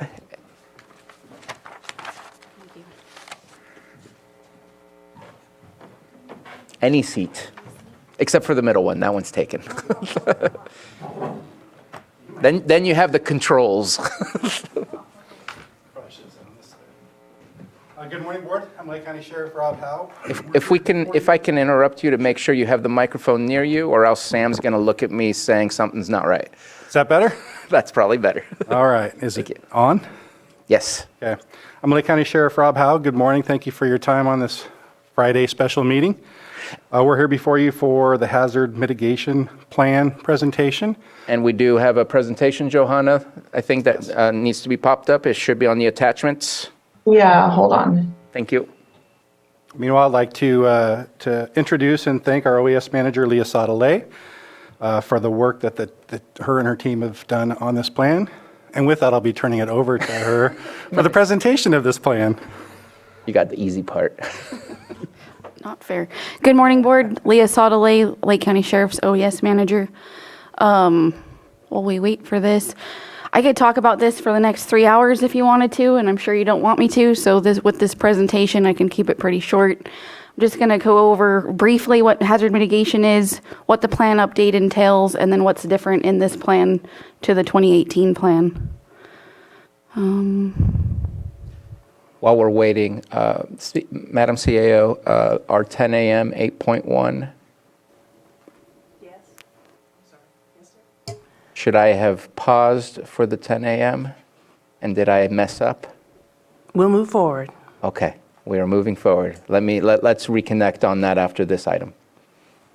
I believe you said 6.4 though. I did. All right, here we go. All right, and I can control it with this too, or? No, you're gonna have to tell Johanna to go to the next page. Okay. All right, so we're here today to request that the board approve and adopt the FEMA-approved hazard mitigation plan update. The plan itself, it forms the foundation for communities' long-term strategy to reduce disaster-related losses. So briefly, because mitigation can be kind of a convoluted word sometimes and kind of make people stop listening, it's really simple. It's just natural hazards like flood, fire, and earthquake cannot be prevented, but the impacts can be reduced, and that's what the mitigation does. So our plan was last updated and improved by FEMA in July of 2018. And next slide, yep. And so this is a requirement of the Federal Disaster Mitigation Act, and they expire every 5 years. Updating the plan maintains eligibility for certain funding programs, and we can go to the next one. And the planning process is one of those processes that's very simple, but also not simple. There's 4 steps to it: organizing resources, assessing risks, developing the plan, and then implementing and monitoring it. Each of these steps has a few things that they need to do to accomplish in between them. If you want to go back, that would be fine. We can go back a slide. There we Thank go. you. So the first part is assessing community support. We did that for this process by way of a community survey. We built the planning team. We actually came to the board last September of 2022 and requested an approval for a planning committee that included the 2 cities, tribal representative, and 5 representatives from each supervisorial district that were public members. So really thank everybody that participated in that process. We planned for the public engagement and then moved into the whole update process. This includes identifying hazards that could impact the county, deciding which of those would have the greatest impact and why, profiling all the assets of the county, which include people and facilities and everything in between, and then estimating the losses for each of those hazards.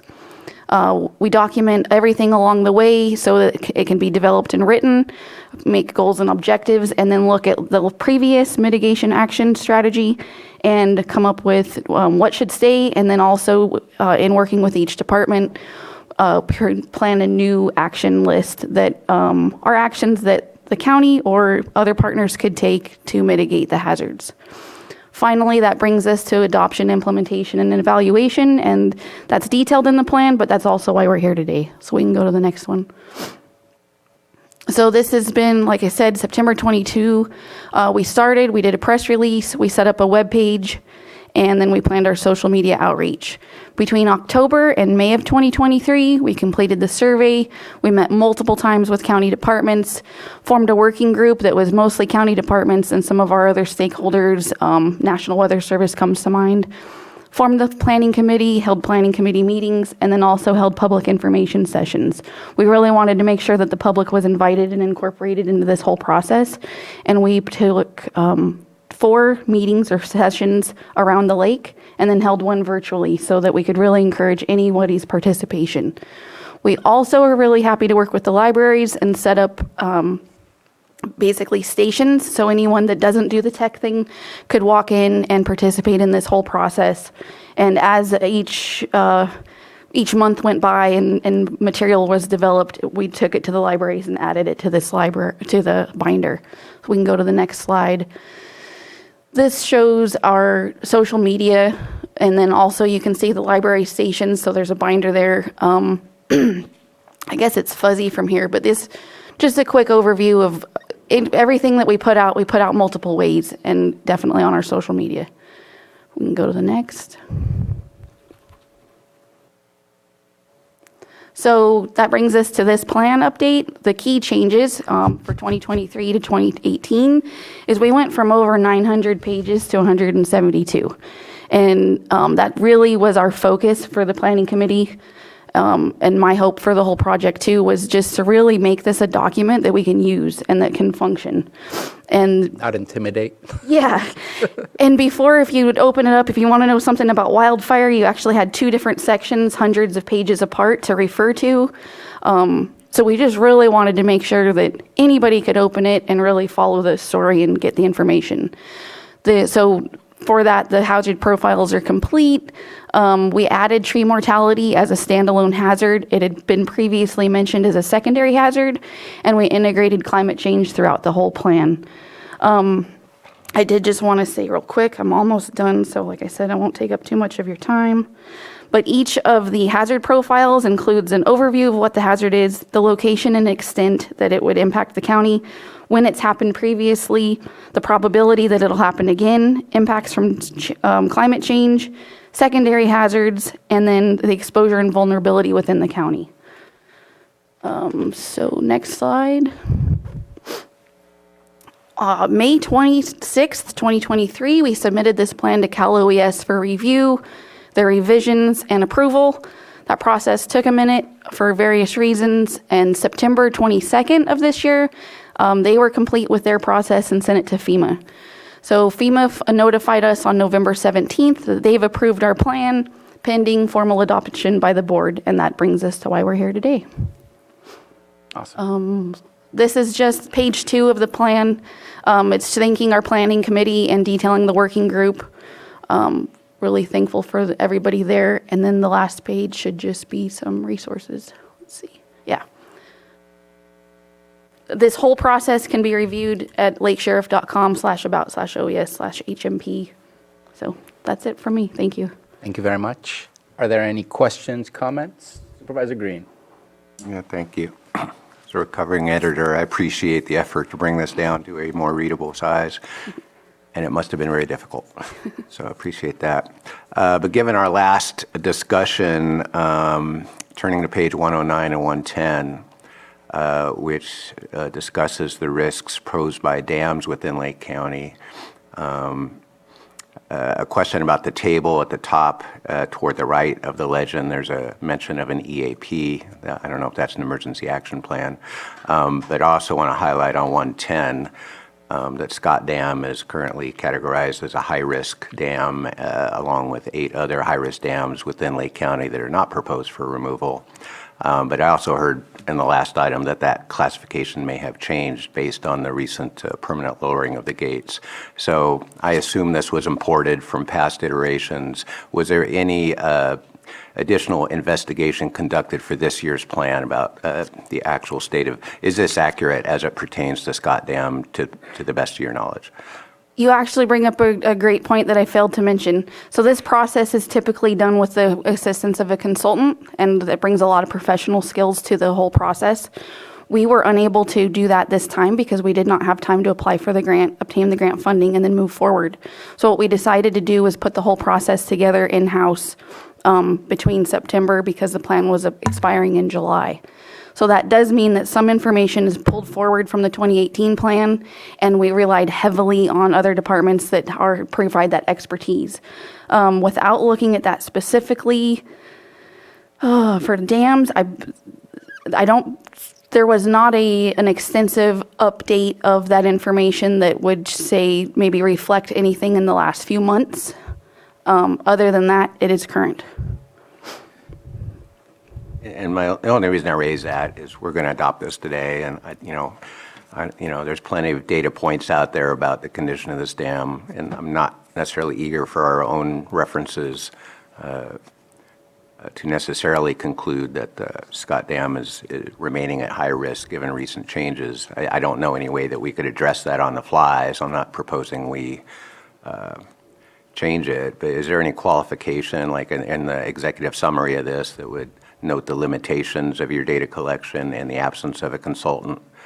And can I put an asterisk by the high risk category, or do we just have to roll with it because that's what it said in 2018, and that's what we got to re-adopt today to keep the state happy?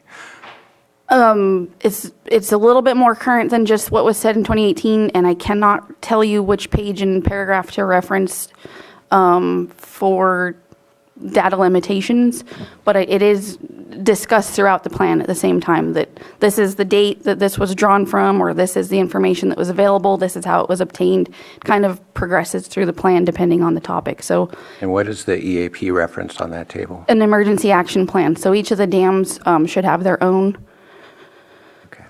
And I could also add to that we were focusing as a planning committee on natural hazards, which just the dam itself is not a natural hazard, but the state requires that it go into this plan. So it's kind of a funny nuance there. Thank you. So the way that I read it is, sorry, I'm going to kind of use CAL FIRE's language here. We're looking at the hazard, not the risk. So I feel like the dam section is just, if the dam goes down, what hazards does it potentially create? Not, is there a risk of the dam failing? That's not the way that I read it. And so I'm kind of bringing in the CAL FIRE hazard severity map and that whole conversation of this is not about risk. So I feel like because it says hazard classification, that it's more of, are you holding 200 acre feet? Are you holding 10,000 acre feet? And what is the hazard of all of this water potentially suddenly being unleashed if that was the case? Maybe I'm incorrect, but that's the way that I read it. I just wanted to make a quick comment. It's nothing that needs to be done today. A couple comments. One, I know that you will be working interjurisdictionally on the next one. It just makes sense since all of these events do not stop at any specific jurisdiction. I do know that you plan on working with the cities. Just wondering if the tribes will be involved in those same conversations to ensure we get all of their asset lists and to make sure that we are looking at their impacts as well as the impacts of the unincorporated county and cities. Definitely. So it's just easier to mention when we say that we're going to move towards a multi-jurisdictional plan that we're talking county and 2 cities, but it's definitely the tribes, that's an open conversation, other special districts. So definitely an opportunity there. Okay. And then I see here that we're looking at how climate change is exacerbating the issue of the hazards. But what I think we could maybe use, as long as grant funding can be assisted by this new information, is how the issues we're dealing with create and exacerbate climate change issues. For example, when we had snow, all I could hear was like a helicopter, but it was just everyone's generator that was turned on. What does that do by putting out more CO2 into the air to exacerbate climate change? When we have large fires and the amount of smoke that goes into our atmosphere, the tree mortality, it's known that when trees are dead and just laying around and decaying, that there's more carbon dioxide being put out in the atmosphere. If that's helpful to us to help deal with the hazard, I'd love to see some language added in to not just the impact of climate change, but the impact to climate change as well. Because if it opens up some dollars so that we can do better mitigations, then I think that that would be a benefit as well. And I believe we can do amendments if that's needed. Obviously, I'm not going to ask you to do something that's unnecessary, but if we find that there's a good reason to put that in there because it benefits us, then I'd love to see that as an amendment or at least in the next version that comes out. So those are my only comments. I do appreciate the 900 pages going down to 172. It makes it palatable and easy to go through, especially if we were looking for information on, I want to do this type of work. What is it exactly that's available for me to describe on my grant that is on this document? So thank you very much for that. Supervisor Crandall? Just lastly, I really appreciate seeing the levies, enunciated in this. I know we're going to do anything with risk, but I just know that that's one of our challenges, especially in regard to Upper Lake with the levee system there. And so having that intact, I'm not sure how the last one looked, but can give us an opportunity to get some funding aside from what we have as it is. So thanks again. Supervisor Green. Yeah, and I just want to clarify because, yeah, definitely with the fire maps, we've had to use our vocabulary of hazard versus risk very carefully, but I did want to turn to page 116 of this as well and note that whether it's a dam hazard or not, there is population at risk. And I do see in the narrative that in the Scott Dam inundation area, there may be 521 residents, but the table 22 depicting those figures just under that paragraph shows no population would be at risk of inundation for Scott. So I just want to highlight that inconsistency and say if we could approve as amended and the final document could be fixed somehow, that would be nice. I'll let staff speak, but I don't know if there's a reason why those numbers are different, and I'd rather not just plug in some numbers just because it feels right, rather than it makes sense for that. And again, maybe that could be an amendment that we can ask you to just keep in mind and review. Yeah, I would need to pull it up and look at it to be able to speak exactly to that. But the update process needs to be ongoing and continuous. It's not accurate or not correct to wait 5 years to look at it again. So, and it's part of the implementation plan that's detailed in there, at least annually, but more anytime it's needed. We're looking at this, and we should be looking at it, and not just in my office, but across the whole county. So, if that, for your point earlier, and for that point, definitely, this is not a done document that we don't look at again. So is there consensus we could look at that table? Because I'm pretty sure there's a mistake there. Yeah, Yeah, just for you to look at it and come back with it if there's anything incorrect that needs to be amended and changed. But at this moment in time, today's not that day. Okay. Yeah. Is that what you were? No, today's not that Yes, day. Chair, We need I was further gonna mention information that. and clarification because, again, if there's a purpose, well, no, we know the hydrology tells us it will not impact the residents because of how it's going to flow. That could be one of the reasons that the number is different. So I don't want to make those types of assumptions, and make sure that you continue to do the work that you did in order to get us what we have in front of us. With nothing further, let's open it up for the public. Anybody from the public wish to speak on this item? We seem to have scared everyone over to Lake Pillsbury. Anybody online on Zoom? No hands in Zoom. All right, then I will bring it back to the board for a resolution. I offer the resolution. Resolution has been offered. Could we get a roll call, please? All right. Supervisor Crandall, Yes. Supervisor Green, Aye. and Supervisor Sabatier. Aye. Thank you. Thank you for all your work. Thank you. Thank you. And we will take, because our next item's not until 11:15, we will take a break to find, do you want us to do 7.2? Or I'd do like we us need to- to go into closed for 8.1? Yes. Yes, sir. Okay. Then let's do 8.1, which was our 10 a.m. We're an hour late on that. Public employee appointment pursuant to Government Code, Section 54957B1, interviews for Health Services Director and appointment of Health Services Director. I assume, since we have Chief in the room, that this probably will take about an hour, hour and a half. And so we will take your item up at, let's just say 12:30. Or after lunch. Well, I think at that point, we can go right straight through and finish it up and not have to have a lunch. All right. Well, you can have lunch, but after this meeting is over. I would like a lunch. Yes. You only have the 7.21 item outstanding. No, we got another 8.2. Well, that's closed session. Yeah. So we will go ahead and go into closed session, and I already read the, And we also need to continue 8.2 to 12:12. and we will continue 8.2 to 12:12. I don't think we need a motion for that, do we? No. Yeah. I put nope. Okay. Thank you very much. All right. Welcome back, everybody. Want to ask one of our supervisors, do we have any action that was taken in closed session? No action taken. All right. And again, just to reiterate, item 8.2 was moved to a future agenda date. And so we're going to go ahead and begin, as long as we do have our water resources team available? Sounds like we do. And so 6.5 or 11:15 a.m., presentation of revised State Water Resources Control Board's information order regulations for the Clear Lake watershed.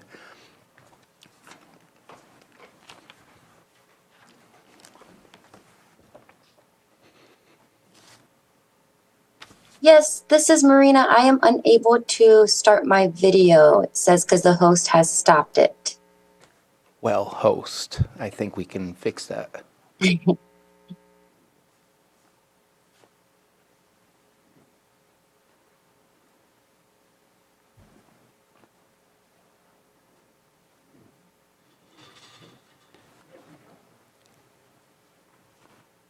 Would you like just to proceed with the Yeah, let's go presentation? ahead and just proceed. And if I'm able to turn on my video, at least for the end portion, that would be great. But you all can see my screen, is that correct? We can. Yes. Awesome. So thank you so much, board, for having me today. My name is Marina Delajanis. I serve as the Deputy Director for the Lake County Water Resources Department. I am here to do a brief overview of the revised State Water Resources Control Board's information order regulations for the Clear Lake watershed. Initially, this was to be presented this past Tuesday with the State Water Board preparing for adoption on the following Wednesday. So again, just want us to keep that in mind as I move forward with this presentation. All right, so for today's discussions points, I'm going to do a very brief overview of how we got here, an overview of the draft regulations. I'm going to highlight the public comments that were submitted by the Board of Directors of the Lake County Watershed Protection District. I'm going to highlight the revisions that were made on the draft regulations, and then I'm going to discuss a little bit about the December 6th hearing and then anticipated next steps. I would just like to note that I am not going to be doing any sort of interpretation or doing a deep dive into the regulations. As we discuss next steps, we will be having another item early January 2024 to do that deep dive. All right, so how we got here, I'm just going to skim through this. This isn't the first time that this item has been presented to the board, especially as it relates to the Clear Lake Hitch. But again, very briefly, so as we know, our tribal communities have put in a lot of effort and energy into making efforts for Clear Lake Hitch conservation and habitat protection, et cetera.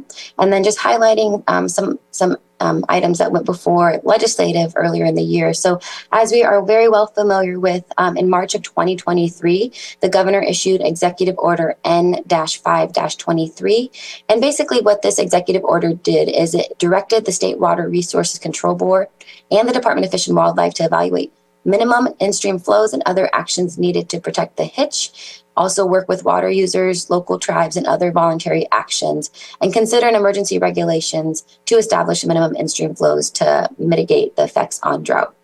The executive order also suspended the environmental review by state agencies required by the California Environmental Quality Act, also known as CEQA, and Public Resource Code Division 13, where the governor has declared a state of emergency due to drought conditions. As we are also very familiar with, in early 2023, the board staff began engaging with representatives from Coalition of Tribes, Lake County, state, and federal agencies, the agricultural community, and other interested parties to better understand the problems facing the hitch, identify potential solutions, and encourage voluntary actions to protect the hitch in the near and long terms. So we, as you know, our county and then other agencies around the lake have worked very closely with the State Water Board during this entire process. Specifically, staff from the State Water Board asked water users to share data, participate in monitoring programs, and reduce water use in February through June of this past year. Staff also began collecting and evaluating existing data to identify how surface water diversions and groundwater extractions in the Clear Lake watershed were impacting creek flows. Board staff preliminary analysis indicated that groundwater pumping may be impacting creek flows, but additional data is still needed to understand the magnitude and timing of potential impacts. The emergency regulations would ultimately authorize the board to collect the data throughout information orders, as they highlighted throughout this entire process for these voluntary measures. You can also see the picture on the right is the Board of Supervisors, our local resolution outlining an emergency due to the Clear Lake Hitch. All right, so again, I'm not going to do a deep dive of the draft regulations. We had already previously done that when they were shared and released to the public. So the draft regulations were presented in September of 2023 with the State Water Resources Board holding 2 public workshops in October to answer any questions and receive comments on the draft regulations. In November of this past year, the State Water Resource Control Board released a revised draft emergency information order based off of comments they received during the public workshops and outlined the consideration of adoption to take place in December. Basically, the regulatory framework of the regulations allows the Deputy Director of the State Water Resource Control Board to issue orders for information related to water diversions, extraction, and use within the Clear Lake watershed. Recipients must report details such as well location, volume, and timing of diversions within specified deadlines, and non-compliance may result in civil liability. This draft regulations also outline compliance and enforcement required, water right holders and users to adhere to orders and conditions in the draft regulations, prioritizing the most stringent requirements in case of conflict. The State Water Board can obtain inspection warrants for assessments, and failure to comply incurs civil liability and infractions with potential fines. The regulations also apply to all water right permits, license, certificates, and registrations in the watershed. So during the public comment period, our Board of Directors of the Watershed Protection District did submit public comment by the deadline of October 31st. You can see here on this graph, I just have high-level aspects that our Board of Directors highlighted during the public comment period for the draft regulations. You can see we highlighted briefly our Lake County Watershed Protection District's responsibilities and designations, spatial and temporal data, communication and transparency, duplicative efforts, just outlining that we would really want to reduce that impact for duplicative efforts, as we know that there's a lot of water right requirements and reporting that are already necessary for water users. Third-party compliance programs, voluntary actions, and appreciation and collaboration. Based off of the comments that were received throughout the entire public comment period, not just from our Board of Directors, but other public comments that were received, there were very few modifications, but they did have more specifications as to what folks were asking for. Specifically, I have the revised regulations and parts of the regulations here. So specifically in section 1050, definitions, there was added definitions of deputy director, again referring to the water board, diversion, extraction, and groundwater. And then they clarified the Clear Lake watershed. So now it refers to the collective areas within the following watersheds as defined by the National Watershed Boundary Dataset 12-digit hydrologic unit codes, specifically Thurston Lake, Coal Creek, Kelsey Creek, McGaw Slough, Frontal Clear Lake, Manning Creek, Adobe Creek, Rodman Slough, Lower Scotts Creek, Middle Scotts Creek, Upper Scotts Creek, South Fork Scotts, Salt Flat Creek, Middle Creek, West Fork Middle Creek, East Fork Middle Creek, Clover Creek, Burn Valley, and Schindler Creek. And then also a small modification made in section 1051 in the information order aspect, just specifically highlighting that. And I don't have the entire section here, but you can see extraction and use of water in the Clear Lake watershed relevant to the board's Clear Lake hitch protection efforts. So again, just specifying that this is relevant to the State Water Resource Control Board's objective and goal in protection of the Clear Lake hitch and their habitat. So again, the revised regulations did go before the State Water Resource Control Board on December 6th. It was approved unanimously, and basically the regulations will be rolling out in January of 2024. We did have a representative from the Board of Directors of the Watershed Protection District to provide a public comment, and I will let Supervisor Sabatier elaborate that at the end of this presentation if he so wishes. On that note, I am coordinating with the State Water Resource Control Board to come to the Board of Supervisors to provide an update on the actual implementation of the rollout of the the updated and adopted regulations in early of January 2024. And then I also have the link here at the bottom where if you missed the public meeting, there were a lot of public comments from tribal leaders and tribal representatives, also from the agricultural community as well. You can find that on the State Water Resource Control Board YouTube. And then you can also go on their Clear Lake Hitch website. They also have a listserv that you can you can submit to, and then they will send you routine updates of what the state specifically is doing as it relates to the Clear Lake hitch. So with that being said, that is all I have, and I will take any questions. Thank you very much for that presentation. I will follow up real quick before opening up for others to speak. That on December 6th, I was at the meeting, joined in via Zoom. Highlighted, there was some things that were stated by certain board members that, in my opinion, mimicked some of the things that we had asked for. For example, we asked for seasonal, maybe I'm saying the wrong words, but seasonal creeks to be looked at, not creeks that are more like flash flood creeks that just come and go within a matter of a week. Ephemeral creeks, I think is what they're called. I might not be saying the word correctly. So we offered that limitation. We did also offer no further than 750 feet away from the creeks rather than the blanket statement of the Clear Lake watershed. So that was a limitation. And one of the board members mentioned to try to keep the scope not as small as possible, but to try to limit the scope if possible. And so I spoke about the limited potential for the scope, but understanding that you can't limit it to the point that the data is useless, that you have to have the data in order to be able to get to the right solution in the long run, or else those limitations are nothing but a hindrance. Also spoke about the fact that there's not really anything specific about what the information order will be specifically, nor what specific information they will be asking for or how it's going to be acquired.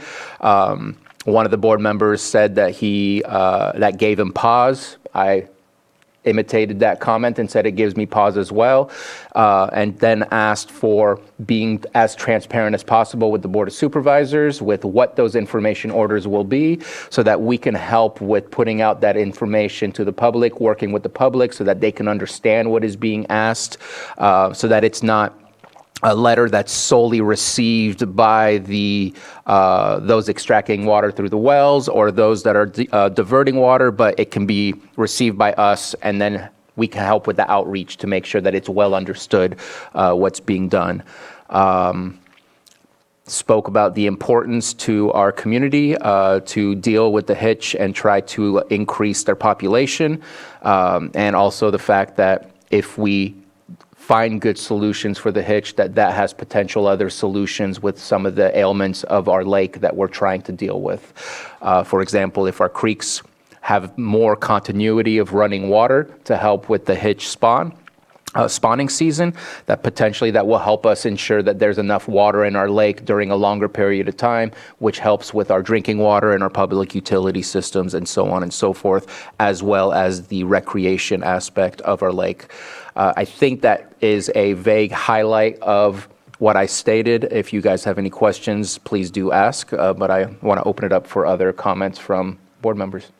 I don't have any. Yeah. Supervisor Green? Thank you. I do agree this can be a confusing process. So what the board approved on Wednesday, were the regulations under which the information order itself would be issued, and then what we're going to see in January will actually be the information order. And it is kind of hard to follow the bouncing ball. What do you think about these regulations for the information order when the first thing you see coming out of the state water boards is this kind of broad brush, basically the first step of a two-step process? First, you have to adopt the regulations justifying the creation of the information order, and that's what actually happened on Tuesday. And then somewhere in January, we could see what the actual information order says, which I hope will be more granular and more clear to those affected. But this is the process they follow, so we're just going to hang on there.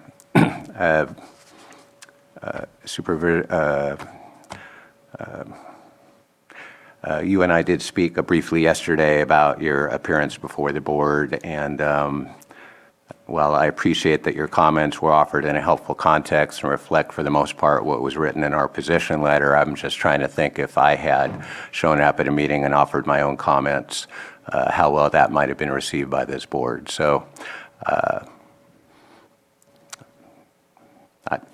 I'll just leave it at that. There's been more than one occasion I've been asked to stay in my lane, and I thought that probably exceeded the guidance that was jointly approved by the board in the position letter that we sent.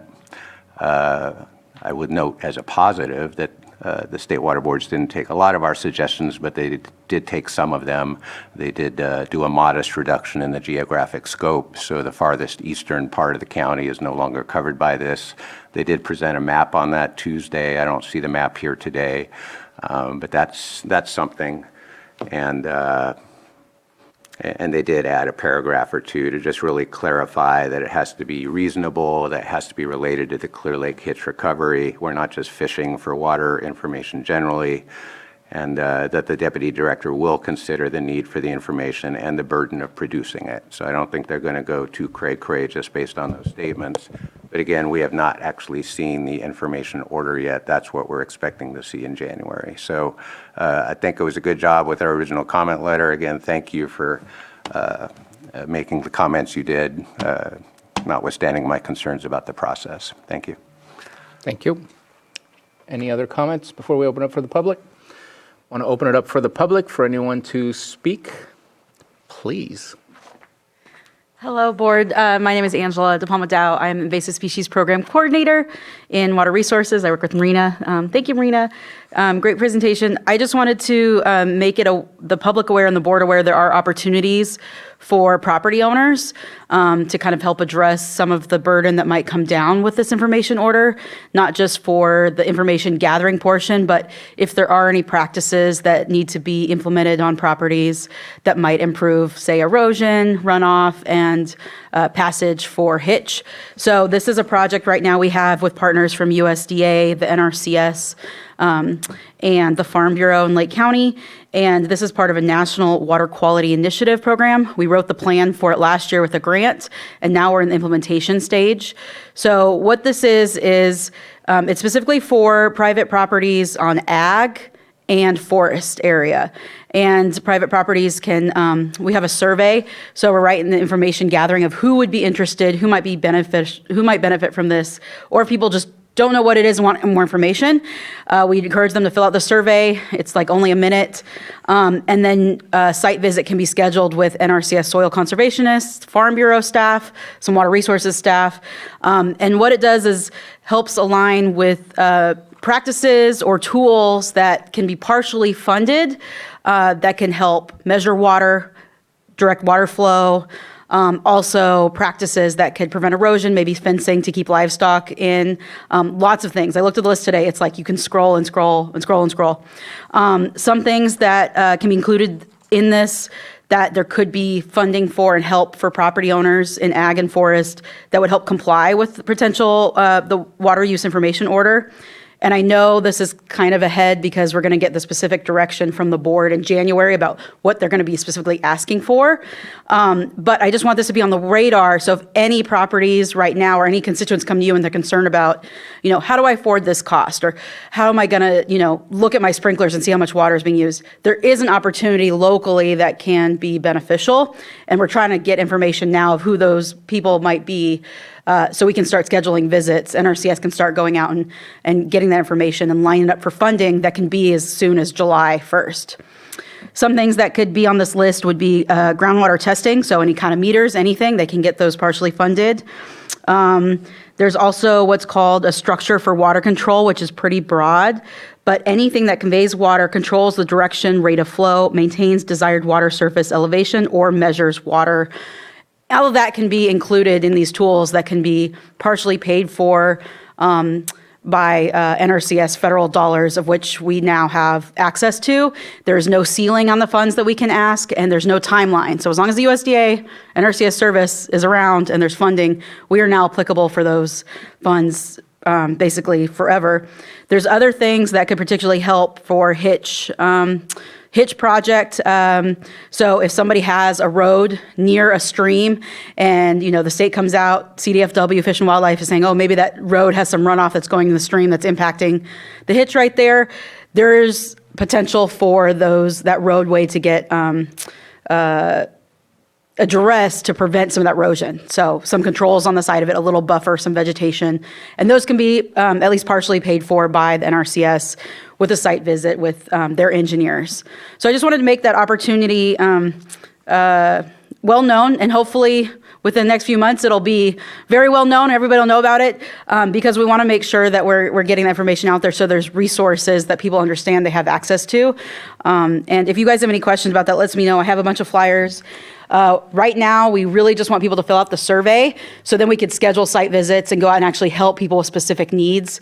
If they're concerned about meeting the information order, there's tools that can help them. If they're concerned about having to reduce their water or change something on their landscape, there are resources within this program that can help. So the flyer has a QR code and the link. People can just click it, fill out some information, and then NRCS will be contacting them to schedule those site visits. So thank you very much. Thank you. That's very important. That's been a question, not just from this group as well at one point or another, but from many others, just what is the cost associated with it, and to have that grant capability or that support is amazing. That makes it a whole lot easier. Thank you. Just wanted to check with you. Oh, no, we have somebody coming up. Thank you, Greg Scott, Scotts Valley. On the presentation that was just presented, we have monitoring equipment at the flow at bridges in Scotts Valley Creek, and they're in ill repair, and we want to see them upgraded to where they're accurate. I was wondering, when she talked about money, is there money that you can coordinate with the folks that are responsible for each of those sites to help upgrade that monitoring flow equipment there that would help advance that so we can get that? Is that possibly available? And if I can talk to you later, maybe I can get an answer.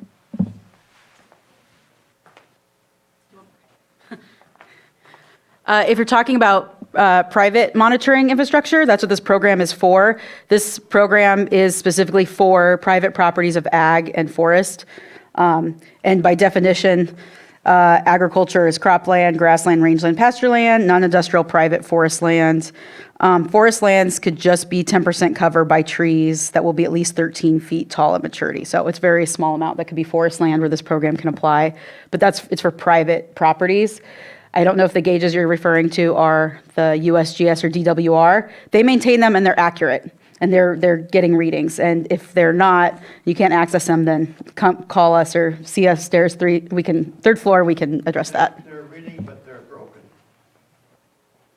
It's There's state- physical structural things going on with them. They're hanging in there, but they're hanging in there, is I think Okay, the point. so They're coming off the bridge. So. Let's go ahead and take a look at that outside of this conversation, but thank you for bringing that up so that we can make sure we do get the right readings.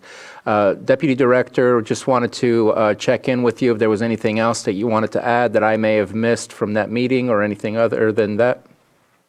Nope. There was nothing else I'd like to add, but I do want to just appreciate Angela for bringing that opportunity forward. I know that is a big concern as it relates to potential impacts on private landowners.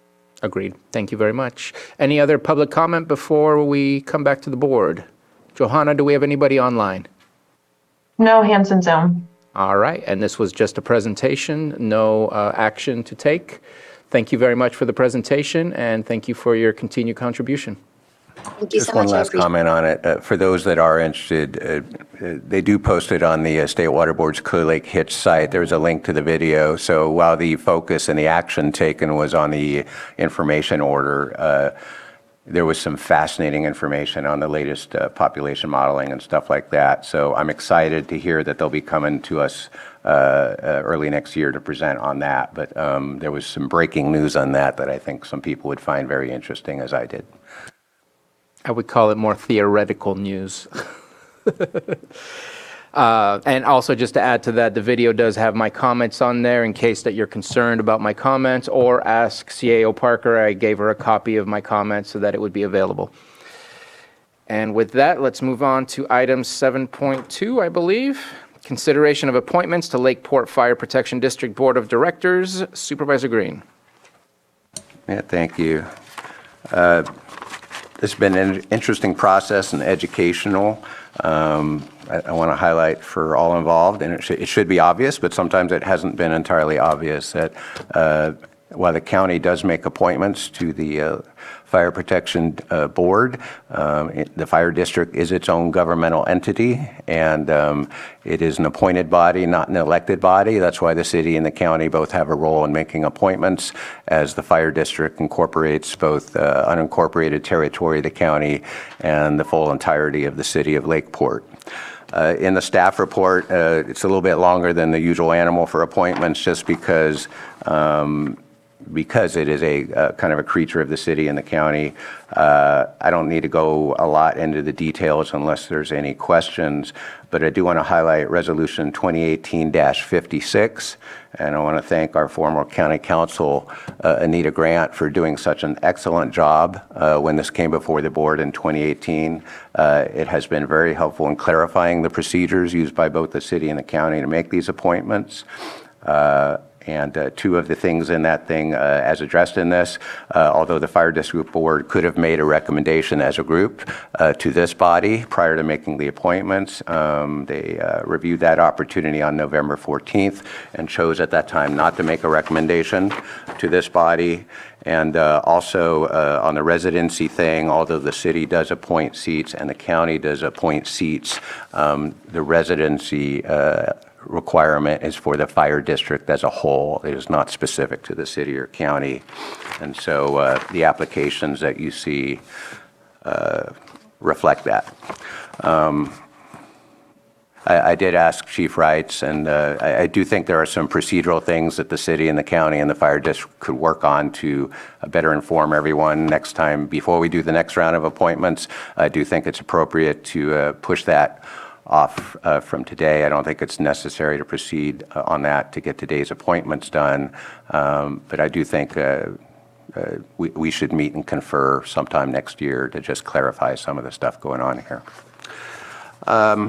With that, like many times when you have multiple candidates for only a limited number of seats, some people get appointed, some people don't. I want to apologize in advance for the applicants that aren't going to get appointed today. They're all qualified in their own ways. I hope no one will take any disrespect or any ill will if I don't choose to nominate them today. And I do believe the proper procedure would be, because the fire district is in District 4, that the procedure would be for me to make a nomination and then for the board to vote on that. So I think that's where we're at right now. Any questions so far? I'm waiting for the two names that you would like to offer. All right, let me see how I put it. Going to do it one at a time then. Are you going to open it up? No, I just want to hear so that then we can talk about it. Okay. Yeah. Sorry. Do I do them both at once, or can I do one at a time? One at a time would be Right now, it's just for discussion purposes, because we're going to have to open up for public comment from the Board of Supervisors. Oh, so hold off on the noms? Okay. Well, no, let us know which ones you're thinking of, or else we don't have much of a conversation to have. Yeah, but, so you want me to make the motion? And then No, we, I want you to offer which names that you would, so the public can respond, we can respond, then it's a motion. all right. My current intention, based on future public input and the will of this board, is that I will nominate David Brown for reappointment to the Fire District Board, and I will nominate Melissa Bedford to join the board as a new board member. Okay. Any comments?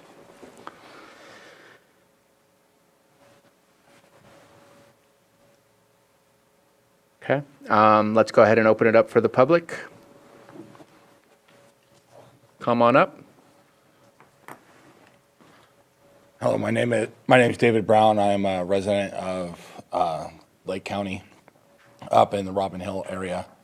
I'd just like to thank you for the opportunity, just so you guys can see my face and know who he's talking about. Thank you. Thank you for being here. Any other comment? And any comment in the Zoom room? No hands in Zoom. Okay. I don't have any issues with the name that you provided, I do have to at least provide the name of an individual that is sitting here in this room, and that would be Greg Scott. I know that he's got a strong background in fire districts, obviously is working with you also in the Scotts Valley area, and just kind of curious if that potentially could be a replacement for one of the two that you've chosen, as I think that he's a very strong candidate that can provide the support that this fire district needs. As I mentioned, they're all qualified applicants.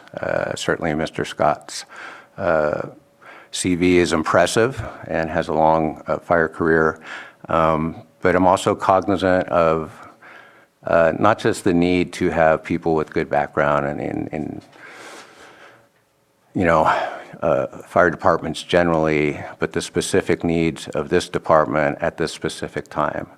And I've spent a lot of time watching this board since I've joined this board, and in various iterations, and I've also spent some time diving into the grand jury report that was issued a couple years ago as to some of the governance issues facing this district, and I'm informed by that. And so I think there is on the existing board some pretty good capacity of understanding current capacity and approaching issues from a fire department perspective. But what I'm hoping to get is just greater appreciation and understanding of some of the governance aspects that has been missing for at least a couple of years, involving finance, human resources, transparency, budgeting. And there still is progress that needs to be made on that front. And I think the nominations I have mentioned here are going to be better suited to moving this board and this district forward in the way that it needs to. Just as we talk about succession planning quite a bit here at the board level, we do have to talk about succession planning for the fire district. And we have to grow capacity. And again, no disrespect, but the fire district has firefighters. The fire district has a fire chief. There's ample expertise needed to inform the chief about day-to-day operations and equipment purchases and what have you. The names I put forward, Mr. Brown, for example, was appointed. He's currently on the board, has gone through some trainings, and so my nomination in that case is to continue building on his experience and grow his capacity to really serve as an effective board member. And the other candidate I mentioned brings advanced education, has expressed ample commitment to the Lakeport community already, and has some training and experience that I think is going to be critical to this board. So I don't know that, that's about all I can respond to the comments. It's weird in that, it shouldn't be like, if it were an elected district, we would just rely on the wisdom of the voters, and we wouldn't really ask what they did. So in the absence of a formal interview process, I guess I don't know that I have to spend a lot of time explaining the rationale, but that's kind of the rationale.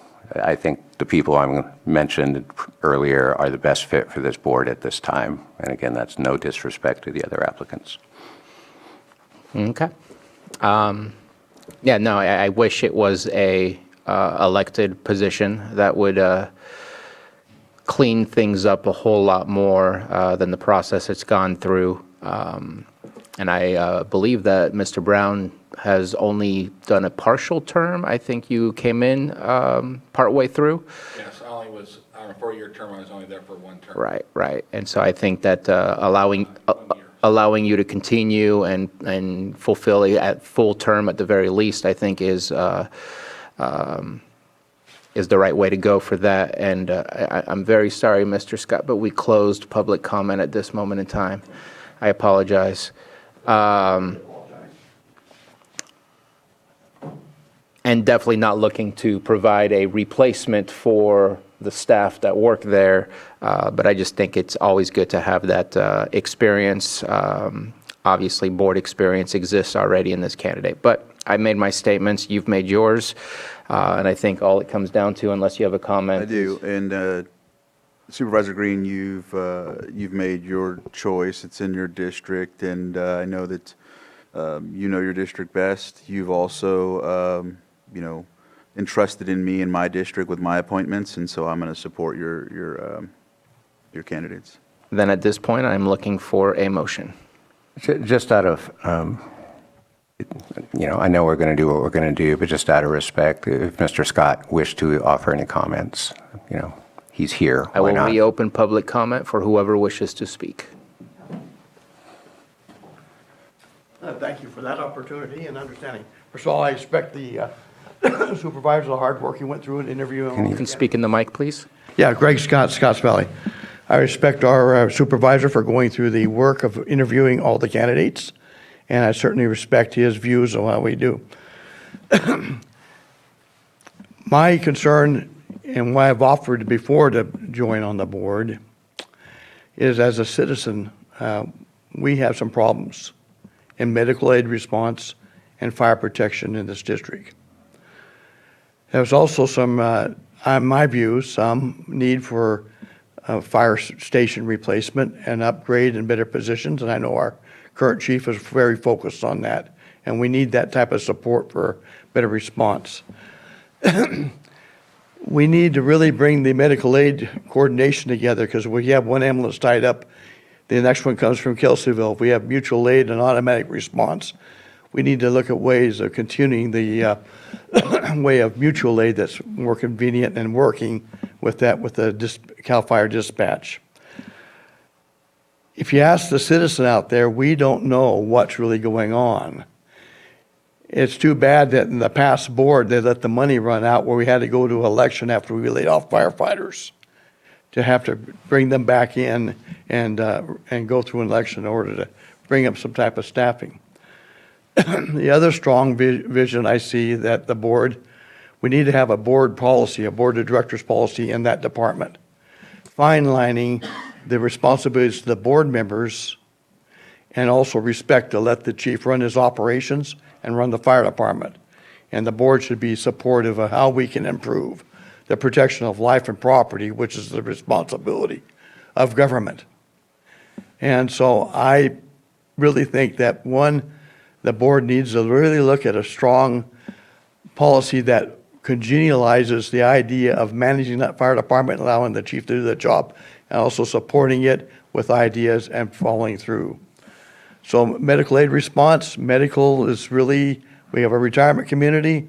If you listen to your scanner, where it's 88 to 90% of our responses are medical aid, and the backup for ambulances is kind of a tough thing that we have to look at in the future of this county, because we are growing. When I was in Riverside, I initiated getting defibrillators on every engine and every squad. And we had 15 city contracts, and we had the county contract.